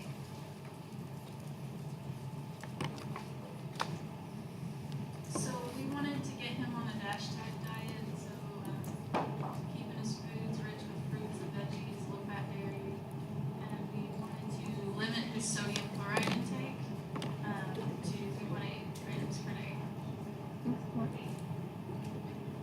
So they want to lower, you want to do a DASH diet and you want to lower his sodium to 3.8 grams per day. Is that right? Okay, so who chose a different goal for sodium today?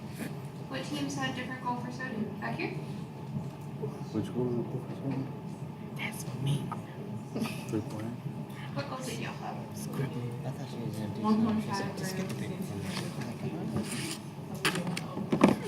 Okay.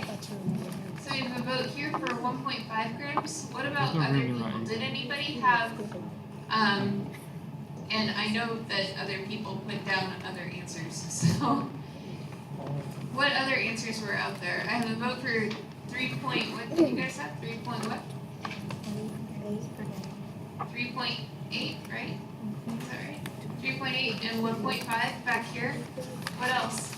What other things? What do you all think? Does it depend? Does it matter?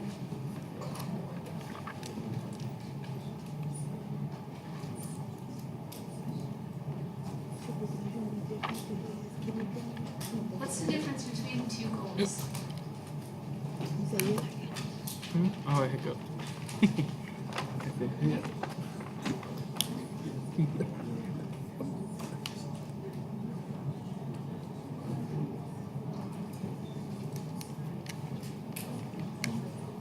think if you look at the way the sentence is phrased, they're probably the same thing because the 1.5 is the amount of sodium and the 3.8 is for sodium chloride.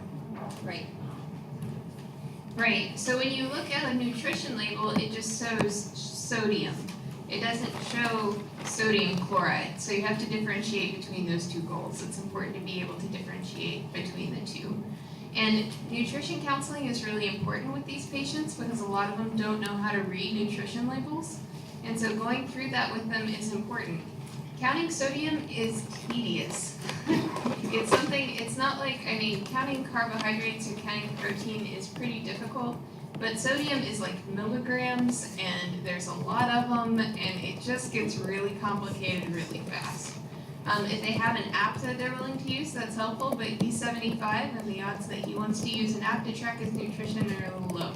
So it's an important thing to be able to do. So good job identifying sodium as a goal. You just have to differentiate between what type of sodium you're talking about.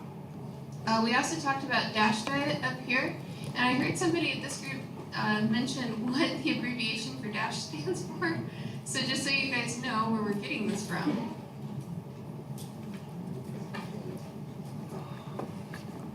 Dietary approaches to stop hypertension. No wonder we're talking about it today. It's to help with hypertension. It's specifically studied in hypertension. You'll hear it recommended for other types of patients as well, but specifically it's been studied in hypertension. What is unique about the DASH diet that might also help with their lipids? This team here. Oh, throwback. Throwback Thursday! Oh, I didn't even plan that. So the question is, how is DASH diet, potentially that composition of diet, going to help with the patient's lipids? How could it potentially help?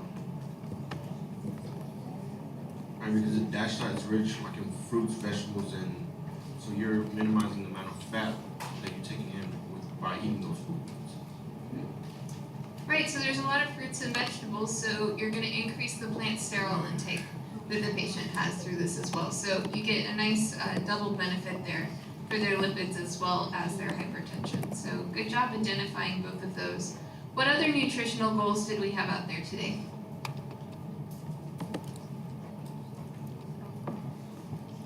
So another one we haven't talked about. What do you guys think? Other nutritional goal that hasn't been discussed yet? Alcohol intake. Alcohol intake. Yeah, So, and you wouldn't think that somebody with PTSD would drink alcohol, would you? No. Yeah, so this is going to be something we want to follow up on with this guy. I will say that you don't want to automatically assume that somebody drinks, so you want to ask about it. You want to say, you know, how many drinks do you have in a week or something like that? And they might say, I don't drink, and then you're not going to pursue that much further. Although if they are at high risk, you might ask something like, well, do you drink socially? You might rephrase your question, but it's, we don't know that he drinks or not, but if we don't know, we could ask about that today. What drinks would he be limited to in a day if we're going to help his blood pressure? Less than 2 per day. 2 or less, I'm sorry. There you go. What if he went female? Less than 1. 1 or less. You got it. Okay, and so that's another nutritional goal that you could have set with him today. So any of those 3 would be good. Were there any other nutritional goals out there that we set today? Do we want him to stop drinking water? This team here.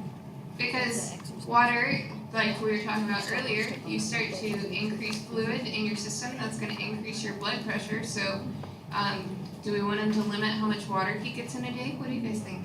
No. No, because he'll dehydrate himself and make it worse. I say, yeah. Sodium followed water. He can't clear it. He doesn't have good clearance. We don't want to decrease his water right now since his CKD isn't like super severe, and we want him to still have water for everything. Yes, unless he's drinking just lots and lots and lots of water, which would probably be an indicator of maybe something else going on, then if he's drinking regular 8 ounces a day around that ballpark, then it's fine.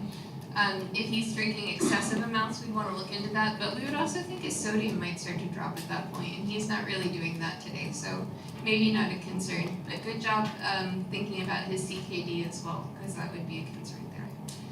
Okay. So we talked about our nutritional goals we could potentially have. What do you guys think about exercise goals for this patient? What do you recommend today?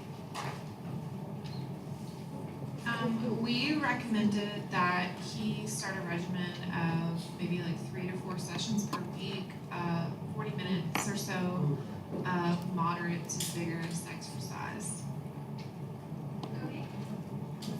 What classifies moderate exercise versus vigorous exercise? This team here. Moderate is you kind of do it, and vigorous is you do it really hard.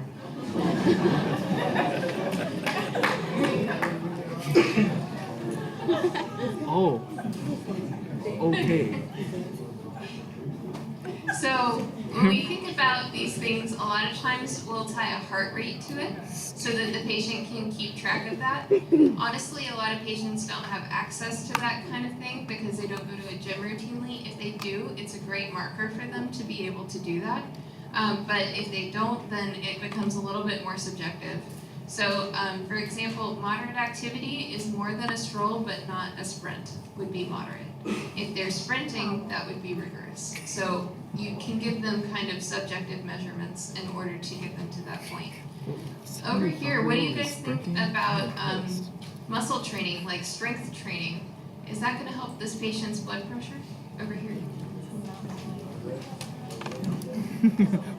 He might strain. He's got osteoarthritis. He doesn't need high stress on his bones.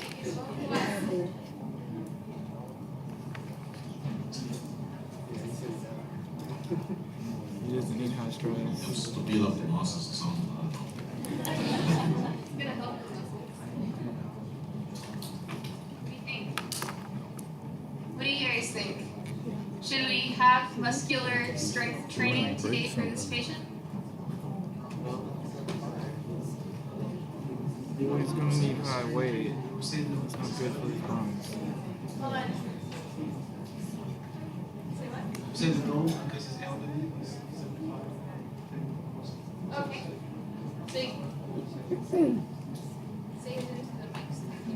We don't want to train him from.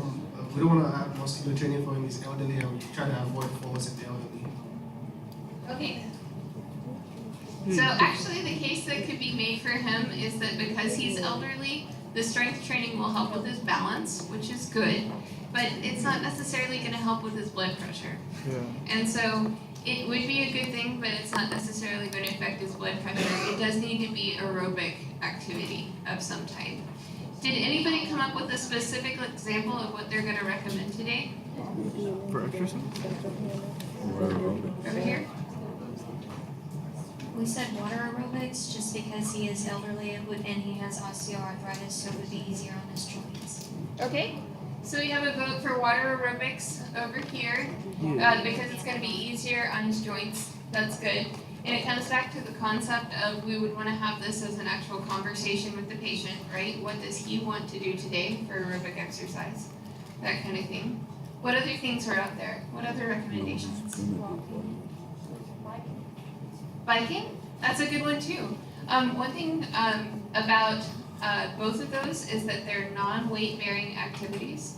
So in the elderly, we would want him to do something in conjunction with this, like walking or something, but he will be limited by his OA. So both of those are good thoughts to protect those joints. Okay. Okay. Were there any other goals that you wanted to set today outside of these that you came up with for other lifestyle recommendations? Decrease stress. Yeah. So keeping these things in mind, do you think that by doing these lifestyle changes alone, you will get this patient to his goal today? Why or why not?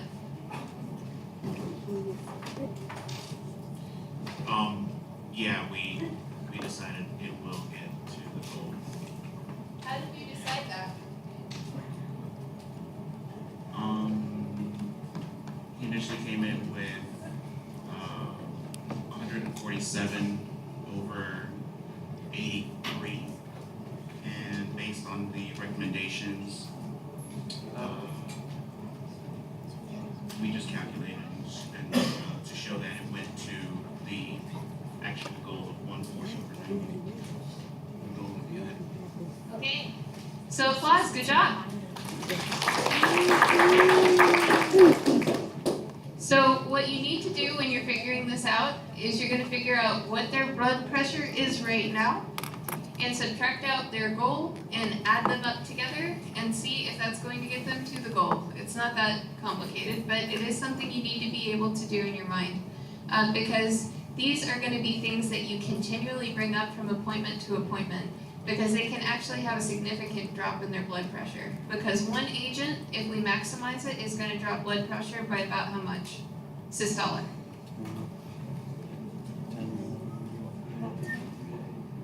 Is it 5, 10, or 20 points? 10. By about 10 points. So if you maximize one agent, you're going to get a drop by about 10 points. And we noticed that we could drop this guy by about 10 points if we optimized his lifestyle changes. And so keeping that in mind, this can be the equivalent of another medication on board if they're adherent to it. And so it's important that we reemphasize these changes from visit to visit. Okay, so keeping this in mind, did anybody think that it wouldn't get him to goal today? And what made you decide on that? We said theoretically yes, but in reality, he's 75 years of age, he's male, he's got post-traumatic stress disorder, and so in reality, he probably won't adhere to these, very strictly, and so we won't see the max effect with him. So their concern is that even if we start to recommend these changes, maybe he's not on board with the changes and he won't be adherent, or maybe he has really good intentions and he wants to be adherent, but he just isn't. Okay, so it's a good thought too. And we do talk a lot about adherence. We would want to go ahead and recommend them for him today, but it's important to consider that maybe he won't be adherent to them. It is important to know how much benefit you can get out of optimizing these risk factors because you might just delay adding a medication over and over again, or you might add a medication too soon. And the only difference between a poison and a medication is the dose. So if you're giving somebody a medication that they don't need, that means that you could potentially be harming them. So it's important that we know how to use these lifestyle recommendations appropriately. So just some key points here to make sure we're all on the same page before we move on. Lifestyle modifications are initiated during the pre-hypertension phase. So that first blood pressure that they get over 120/90 is going to be when we start this process. And so when we start into that pre-hypertension phase is when we're going to start these lifestyle modifications. And they continue throughout. And so that's important. We already mentioned all the ones up here for the dietary modifications and the exercise. They might start out and they might not be able to do 3 to 4 sessions a week. We might work up to that. So they might start out just walking to the mailbox every day. That might be what they do. And we might work up from there depending on the type of patient that it is. But it's important that you know how to optimize these. Okay, so let's go ahead and start a plan. Upon taking his history, you realize that he's already implementing your lifestyle modifications. So the team would like a medication recommendation. So what medications do you recommend for LS? Be specific with a name, dose, and frequency. Put down why and support your answer. And then what do you want to monitor for your plan? Be specific and indicate medication or medications. Well, we want to switch from naproxen to acetaminophen because he's got CKD and that's a nephrotoxic drug because it's an NSAID. Right? What? Wait a minute. You said with CKD and diabetes, you give ACE inhibitors on R. No. Why did it say that? Yeah, I just realized that. Where did it say that? This chart right here. Okay. CKD. Did you hear what I said? Yeah. I was talking about acetaminophen and naproxen. He's on naproxen for It the just made me osteo. think of ACE inhibitors cause nephrotoxic damage. So why is that? They do. But wait, you give Right. ACE inhibitors. Yeah. See what I'm saying? Why are we giving that when? I don't know. I wasn't thinking that far, Bryce. I thought that's what you said for a second. You're right. That makes no. You're right. That makes sense. Listen, I I just misheard wasn't. I you. wasn't thinking that far ahead. You misheard. I was like osteoarthritis. I misheard you, and then I heard that. No. Instead. Nephrotoxic. Okay. Ow. But don't they tell you to give ACE inhibitors? Like, wasn't that one of the things for that problem? Like when you have kidney dysfunctions or whatever. We can give an ARB. Right. It says ACE or ARB. Both those cause They're both nephrotoxicity. Well, he's going to have to get one. Yeah. Man, he's just And there's a no trouble. other thing you can give than CKD. I don't know why. Yeah, I mean. Okay, well, let's cross that bridge when we get there. So Start going that. back to the switching to acetaminophen, do y'all agree with that? Yep. Okay, on the PTSD drug, do we want to try to switch that? She says we aren't supposed to be giving it Been on because this since 1980. just keep on it. These are nephrotoxic. Well, what about the whole the Empire's coming thing? Yeah, all right. Oh no. Why are those the only ones? She said she's on the You can buy. That's good. That's good. So what she say? I asked her about, I said they're nephrotoxic. She goes, oh, look it up. She got really excited. She did get really excited. So we have to, Bless you. cut the dose on him. Like, he's stage 3, right? What stage is it? 3? Yeah, yeah. I'm just going to type in, yeah, that's in a book. So let's look at an ARB and see where we at on kidney failure. It says A1.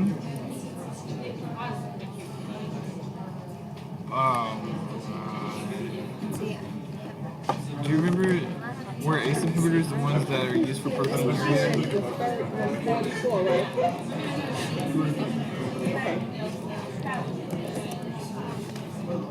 Yep.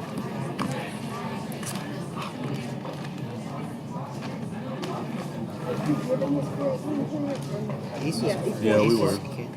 Proteinuria. They protect the kidney. Say no adjustment needed for renal impairment. Captain Mark. No adjustment needed. Here you go. Thank you, ma'am. I think it's Oh, I from just know. inspection. I don't It's know. good work. Pharmacy tools. The dark screen though. So for like yourself, there's no adjustment needed. What you'll have to monitor is the potassium. I think I figured it out. Is it proteinuria? Is that why? It reduces because it's chronic. And that's protein. I think that's one of the arguments. A1. That's the level of evidence. Ow. But What I was one of your thinking. recommendations are extreme recommendations. That's a good thing to pick up. If he has renal impairment, So like even though it's possibly up the top, they will still get it because it helps with blood pressure and prevents Because it is proteinuria. Yes. Okay. yes. For his age, it's 3 grams. Right. If he's taking it every 6 did to you get 8 the hours. answer you wanted? How many milligrams? Did we Yeah, give him? let me- Give him the 650. That's osteoarthritis. What'd you say? Yeah, OA. She said that I was right. Whoa. So 650 times. I don't want to either. Yeah, mine too. So we can give him the one. We'll have to monitor him. We'll have to monitor him. Yeah, she said that even though they're nephrotoxic, both these, they reduce proteinuria and blood pressure. So reducing proteinuria is good for osteoarthritis is CKD. 1,000 milligrams But 4 times daily. obviously, you're like, yeah, it may be nephrotoxic, but we need So the it benefits to. outweigh the Which is risks. why. 650 milligram tablet. Is it 650? Because that's what I was about. That's what I was saying. It says 1,000. Yeah, the one that But you know, once it starts giving you that nephrotoxic damage, it's just like, okay, what are we supposed to do Let me now? see. It's recommended when you take metformin, you take an Chronic arthritis is what it's called. I forgot to ask you that. Why can't you give anything else though? Isn't it just for arthritis right now? It's just regular. Well, that, Yeah, that's just regular time. Because of beta blockers, help your heart rate and do anything to your kidneys. I mean, I'm assuming maybe they have more heart. He doesn't. Kidney's the problem. He's the only ones that are gonna work through those. Your heart and your kidneys. So But because it's a nephrotoxic drug. What if you just have CKD and a shitty heart? and a shitty heart, I don't know. pacemaker. yeah. Maybe you could do both.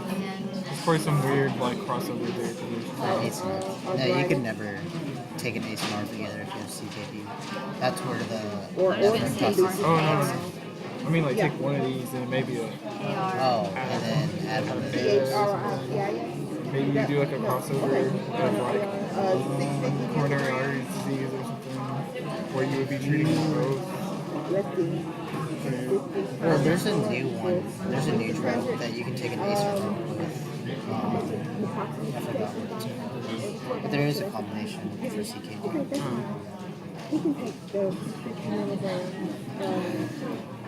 up to 4 times a day.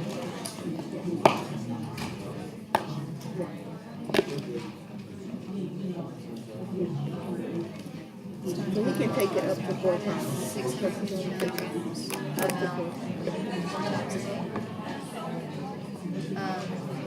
PRN. Because he might not need it. Because he only takes 1,000 milligrams of naproxen. The listener pro, was it 10 or 20? What do we decide? Well, we can go from 10 to 40 milligrams once a day. But we What are we said going we're with? supposed to start off with the lower dose. So 10 And then we're going to start lisinopril. Yes. for hypertension, yeah. 10 milligrams initially. PO daily, once daily. QD, just every day.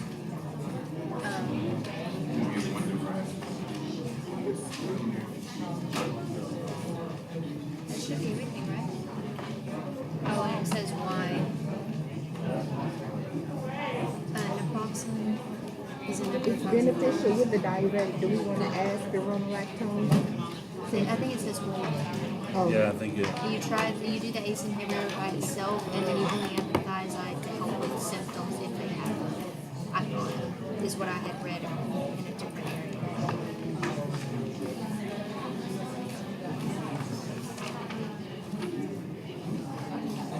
First line, yeah. It can start two agents at the same time, but this has a lower strength of recommendation because he already has kidney failure and this is likely going to cause hyperkalemia. So we couldn't recommend he take the no salt. Because you tasted no salt. Is it that good? It's not that bad. You can't really tell. Toxin is never toxicized. I'll probably need potassium. Like, I don't eat anything that has potassium in it. Unless they sprinkle potassium in. Yeah, I hate bananas. I hate bananas. I don't mind smoothies though. Like, I put a lot of bananas in a smoothie. It's fine because I can't taste it.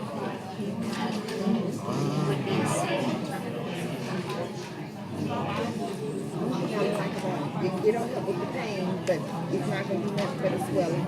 And that's what osteoarthritis is based on, swelling in the joints. So I feel for him. The inflammation? Yeah. Yeah, that's true. He can do though. Oh, he could do topical. He could do topical, Voltaren gel. Why did we choose the 10 days? First line therapy is an ACE inhibitor. Ooh, yeah, we could totally say Voltaren gel. For hypertension, you start off with the initial dose. Be good. It's 10 milligrams once a day. Is that the salt proof? Is that? It's called Mrs. Dash. And it is recommended to start at Charles. Yeah, recommend, yeah. I heard. It's only $3.62. How much shit?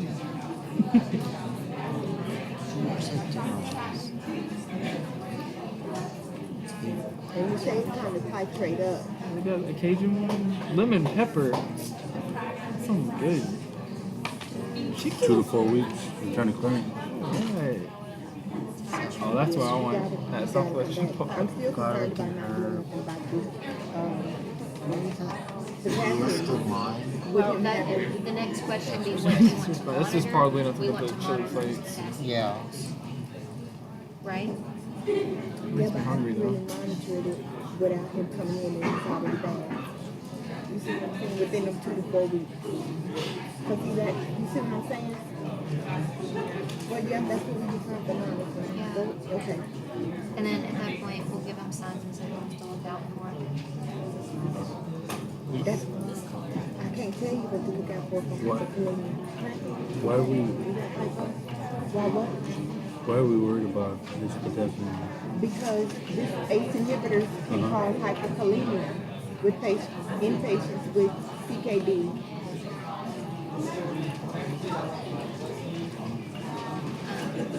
So we said potassium Don't worry about levels. it. He'll be fine. Yeah, I mean, he is on the lower end of Okay. the 3.5. Wait, monitoring, So I it would may. say potassium levels, Okay. the blood pressure. Oh yeah, we have to monitor the blood pressure. Any specific and indicate medications, potassium levels, let's see. That arterial hypotension that they may experience, that she mentioned earlier. Decrease in pain for the APAP.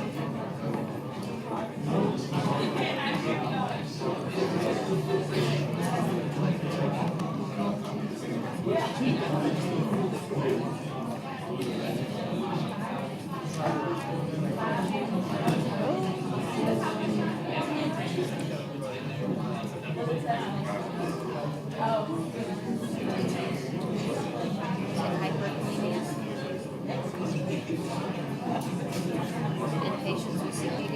Yeah.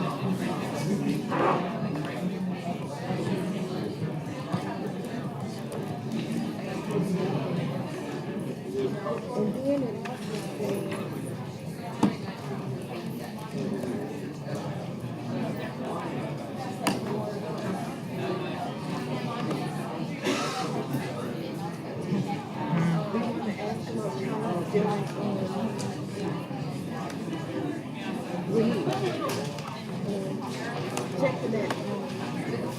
arterial hypertension, postural hypertension that you mentioned earlier when he with the elderly getting up and getting down fast. Orthostasis. Yeah, orthostasis. And also we should get him a blood BP monitor at home so he can take it at home. Do his log.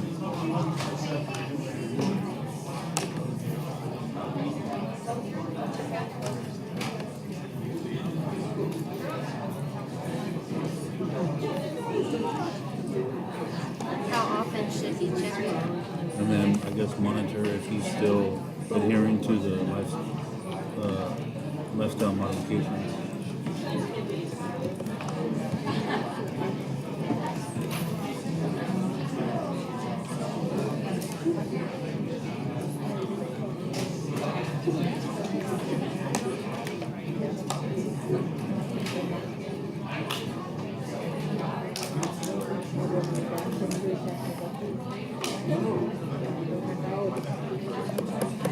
Adhering.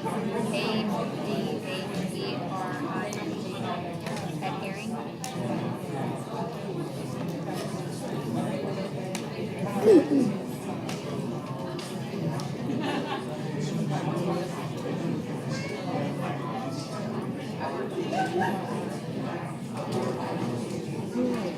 Look.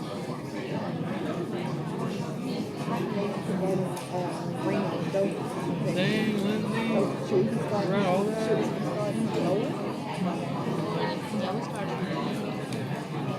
Did you start up here? She's been trying to practice her small handwriting skills. I was seeing how much I I'm can gonna get give on you a the couple page. more minutes and we'll Just squeeze the Voltaren gel in So there. go ahead and polish up those answers and in a couple minutes we'll start back.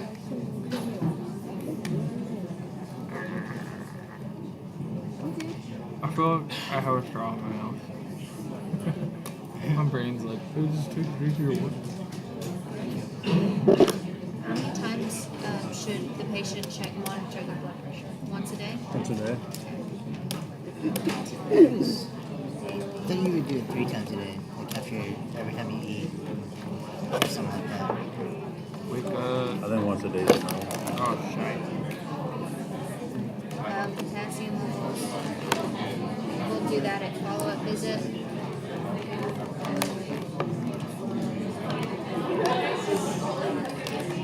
What do the guidelines say on checking blood pressure? What did what? Daily? Not. Does it say somewhere how many times a day you're supposed to check? I have no idea. I was just writing what everyone was saying. But I haven't looked it up. How many times a day the patient should check their blood pressure if they're doing it at home?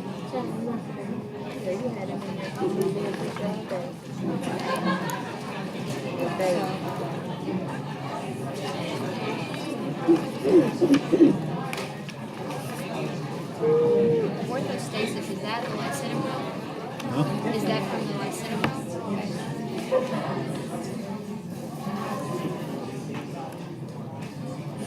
I think so.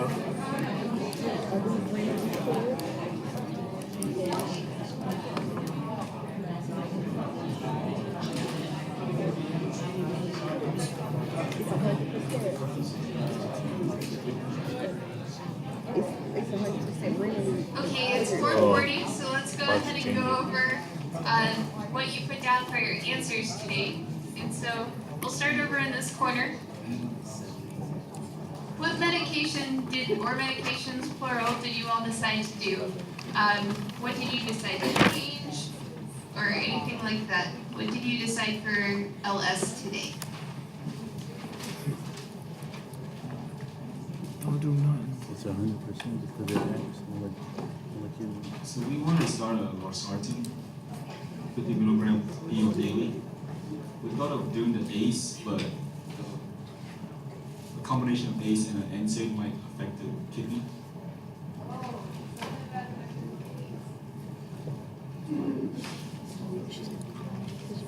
Oh, God. Oh, well. Losartan's better, actually. Okay, we have a vote for Losartan applause. That's good.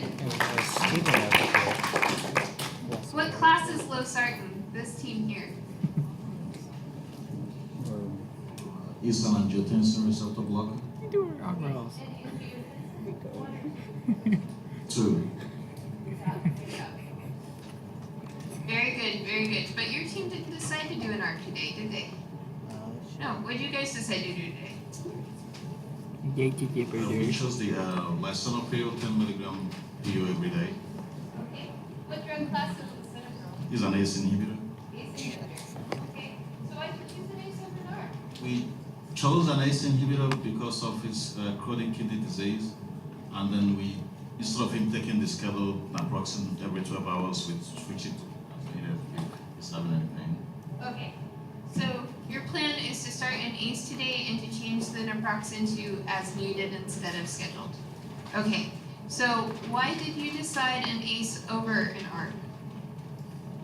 It's cheaper than the ARB. Oh god. She's Are you sure about that? She's in calm. By how much? I don't know, but it's cheaper. Did anybody look it up? The difference between a cost and an ACE and an ARB? Protein, urea. Where's your red? Yeah, red book.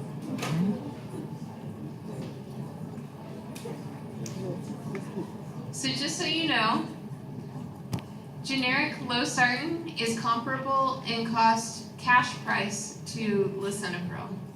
So if you're going to go with an ACE or an ARB, at this point we basically have leveled the playing field between the two.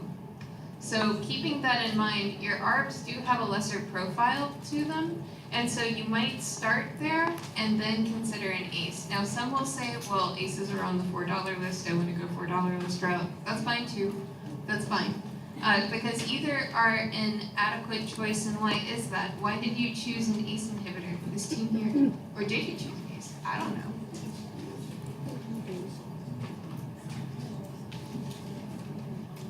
So, cheaper, but what was the compelling indication is what I'm asking. He did say. Protein,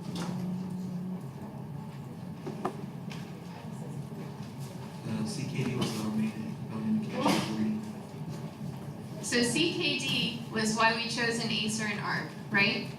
An ACE or an ARB are two of our big four main players for essential hypertension. This team here, give me one of the others for essential hypertension. Good class.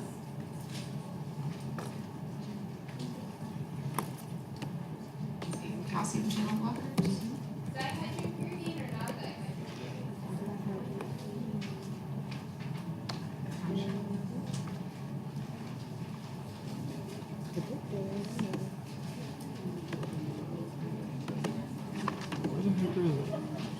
is the specific ones for essential.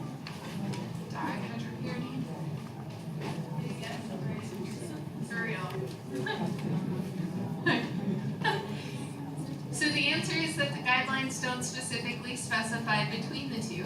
However, the reason, why do you think the reason is, this team over here, that we would choose probably a dihydropyridine over a non-dihydropyridine to start out with?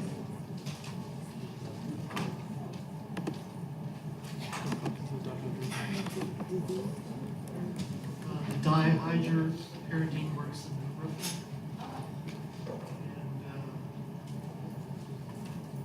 So what would you be concerned about with a non-dihydropyridine? It only works So it works on the heart, so bradycardia is more of a concern with your non-dihydropyridines, which are which two drugs? Diltiazem and verapamil. Which one also has some peripheral activity? Diltiazem, right? Also, these drugs are particularly bad for drug-drug interactions. They interact with a lot of things, and so between those two things, you'd prefer to start with a dihydropyridine, usually. That being said, it can lead to some side effects that some patients aren't going to like, and so we might pull away from those eventually, and there's other specific indications for those. But calcium channel blockers are another good one, so good job, team over there. And ACE, ARB, Good. There's one other that we have as one of our main 4 that we can use without a compelling indication. What do you guys think, this team here?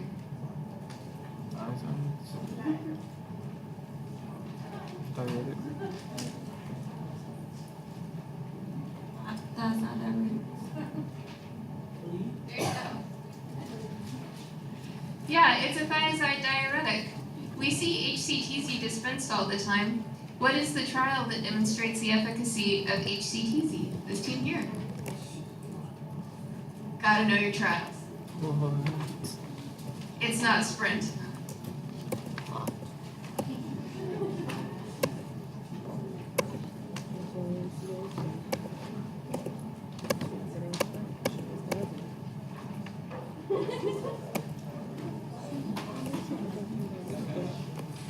What trial studied cardiac benefit with HCTZ?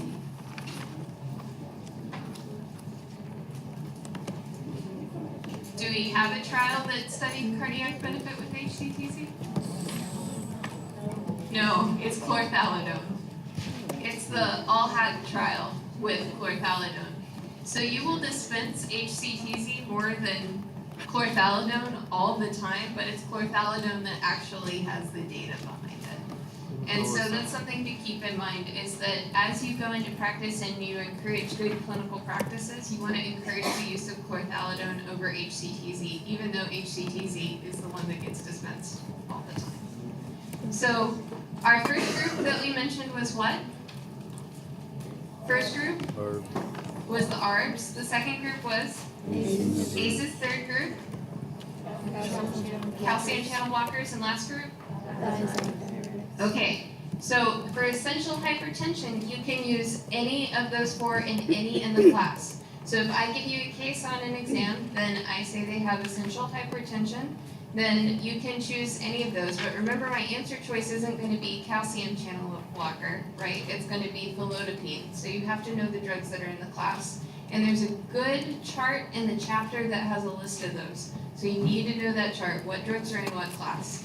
That's bread and butter for a pharmacist. So you gotta know that.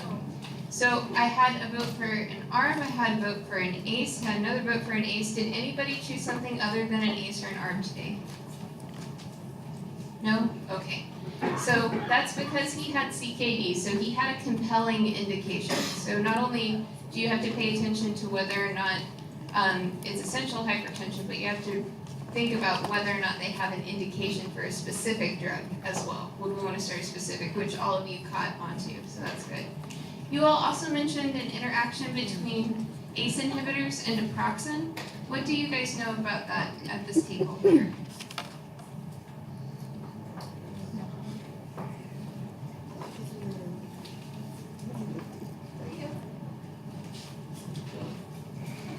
It increases the risk of nephrotoxicity. Great. Do you know the what it's called when it occurs? The specific name of it's called renal artery stenosis is what can occur. Yep. And I'm gonna try my hand at some bad drawing if I have a dry erase marker for this, because this is actually really important. We talk a lot about it in patients that have diabetes, but it's not, oh, there's not a dry erase marker. Oh, there is. We talk a lot about this in diabetes, but in patients that already have CKD, it's even more important. Maybe this will work. So this is going to be a nephron.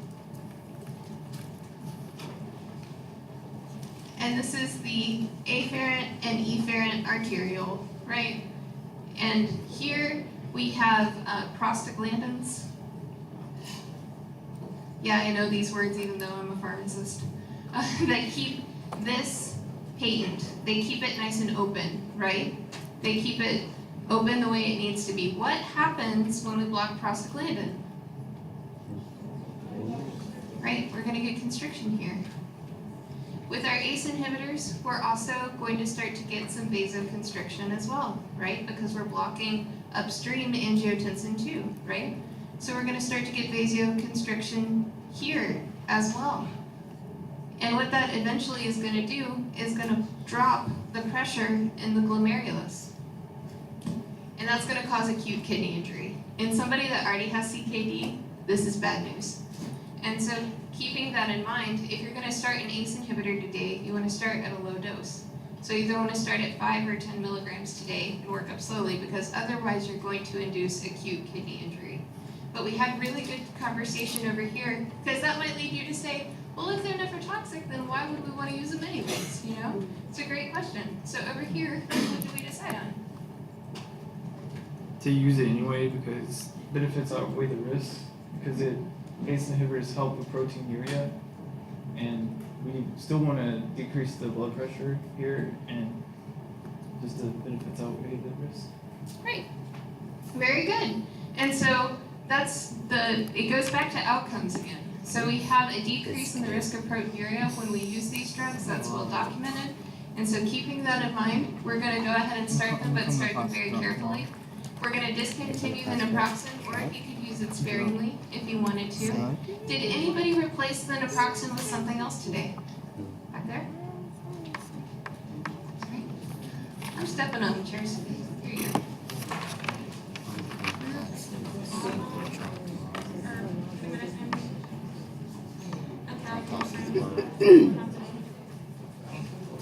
Did anyone hear that?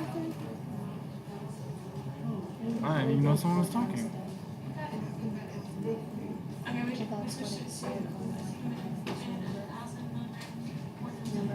Okay. So we have a vote for acetaminophen, 1,000 milligrams, 4 times a day. 4. What about you guys over here? What did you decide on for this patient for acetaminophen? Yeah. It's 3,000 for old people. But from Micromedics, it said for osteoarthritis, they didn't take into account the patient's 650 milligrams every 8 hours, as needed for okay. And no more than 2 grams a day. Okay. That's for drinkers. So he's elderly, right?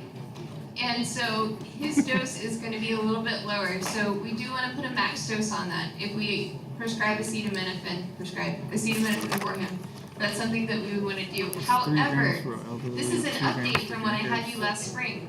There's a trial that came out in osteoarthritis that says that the benefit of acetaminophen is from 3.9 to 4 grams daily.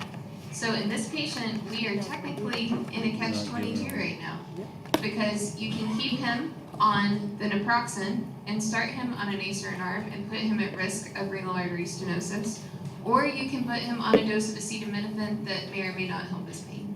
So this is, and you're like, wow, that's awful. This happens all the time, where patients have to balance that risk versus benefit of being on these medications.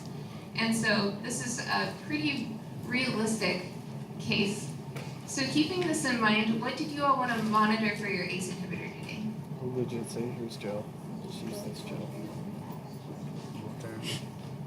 Cough. Cough is related to what substance created? There you go. Oh, I'm so proud. What also is related to bradykinin that can occur? That's what ARBs do? Another side effect. Yeah, there you go. Okay. Edema. We have a vote for edema here. And so when we talk about angioedema, a lot of people say, I'm allergic to ACE inhibitors. It's not technically an allergic reaction that's occurring. It's the buildup of bradykinin. So we can get around that by switching them to an ARB, but it can even occur with an ARB. So it's a lower incidence, but don't be surprised if you switch someone to an ARB and they still have that persistent dry cough going on. So we have cough. What else do you all want to monitor for this patient? Creatinine clearance. For sure, because we're giving him an agent that could potentially give him acute injury, and because he has CKD, we want to make sure that we follow up on that. What also would be involved with the kidneys that we would want to monitor in this patient, this team? This is BUN. Okay, his BUN. What else? And his the electrolytes. Okay, so which one are we particularly worried about? Potassium. Okay, there you go. Yeah, so we want to watch his potassium levels as well. So with an ACE or an ARB, those will go up. Notice, conveniently, he was located towards the middle of the range today. If he was up at like 4.9, we're going to start to be a little bit worried about starting an ACE or an ARB in him. And we'll talk about other agents that affect potassium as well. So ACEs and ARBs were specifically indicated in him because of CKD. But when we think about these agents, one of the things we want to consider is what we would do for first line for essential hypertension. And when we might want to add 2 agents. So keeping that in mind. Have our key points. So as I mentioned earlier, you want to add 1 agent for every 10 millimeters of mercury above the BP goal is what you're going for. And this goes back to the concept of a lot of times we have stagnant hypertension, right? We don't treat it as aggressively as we should. So keeping that in mind, if there are more than 20 points above goal, you're going to want to start 2 agents instead of just 1 of your primary agents. Remember, we don't use ACEs and ARBs together, and that's exactly for what we talked about earlier because it can increase their risk of renal dysfunction. So you can use, out of your first 4 agents, you can use an ACE or an ARB with a thiazide and a calcium channel blocker, but you can't use an ACE and an ARB and a calcium channel blocker. You see what I'm saying? You don't use those 2 together because it increases the risk of renal dysfunction. So that will help you know which you need to start and how many you need to start is depending on what their goal is, and then if you should start 1 or 2 agents after that point in time. Remember that it's chlorthalidone that has the outcomes data. Okay, so just a brief review of our common side effects with the top 4. ACEs and ARBs, one thing that I haven't mentioned, they are teratogens, so they will cause birth defects if they're given during pregnancy. Another key point that we didn't mention much the past couple days is that statins are also a teratogen. And so if you're going to recommend a statin in someone and they're of childbearing age and female, then they need to be tested to see if they're pregnant, if they're sexually active. That's something you want to do because these can cause significant birth defects. ACEs, ARBs, and statins, and they're used all the time. So that's something that you want to be aware of. Calcium channel blockers are non-dihydropyridines, can cause orthostasis and lower extremity edema. That's backwards on the slide, by the way. This is backwards. This should be non-dihydropyridines. This should be dihydropyridines. Your dihydropyridines, when we talk about edema in the legs with these, this is real. Like a patient might not have heart failure and they'll still have pitting edema in their legs. It's significant with these drugs. We also mentioned with our dihydropyridines, you want to watch out for bradycardia. Something to consider.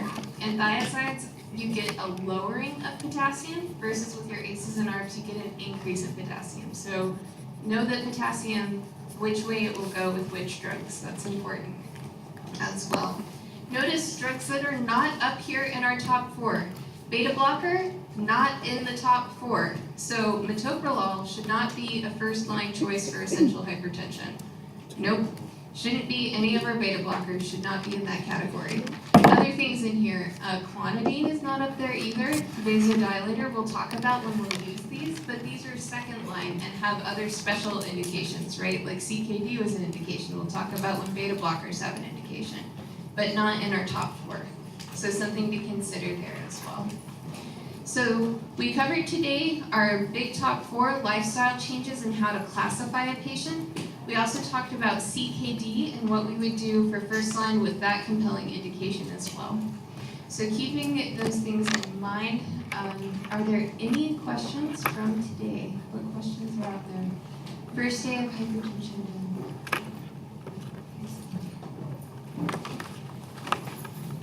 Okay. Well, if you have questions, you have my email address, just let me know and we will pick back up on Tuesday. Good luck with the cat on Monday. Just as a heads up, I think everybody in here knows this, but today is not on the cat on Monday. It stops with yesterday. Good. Sorry. Yeah,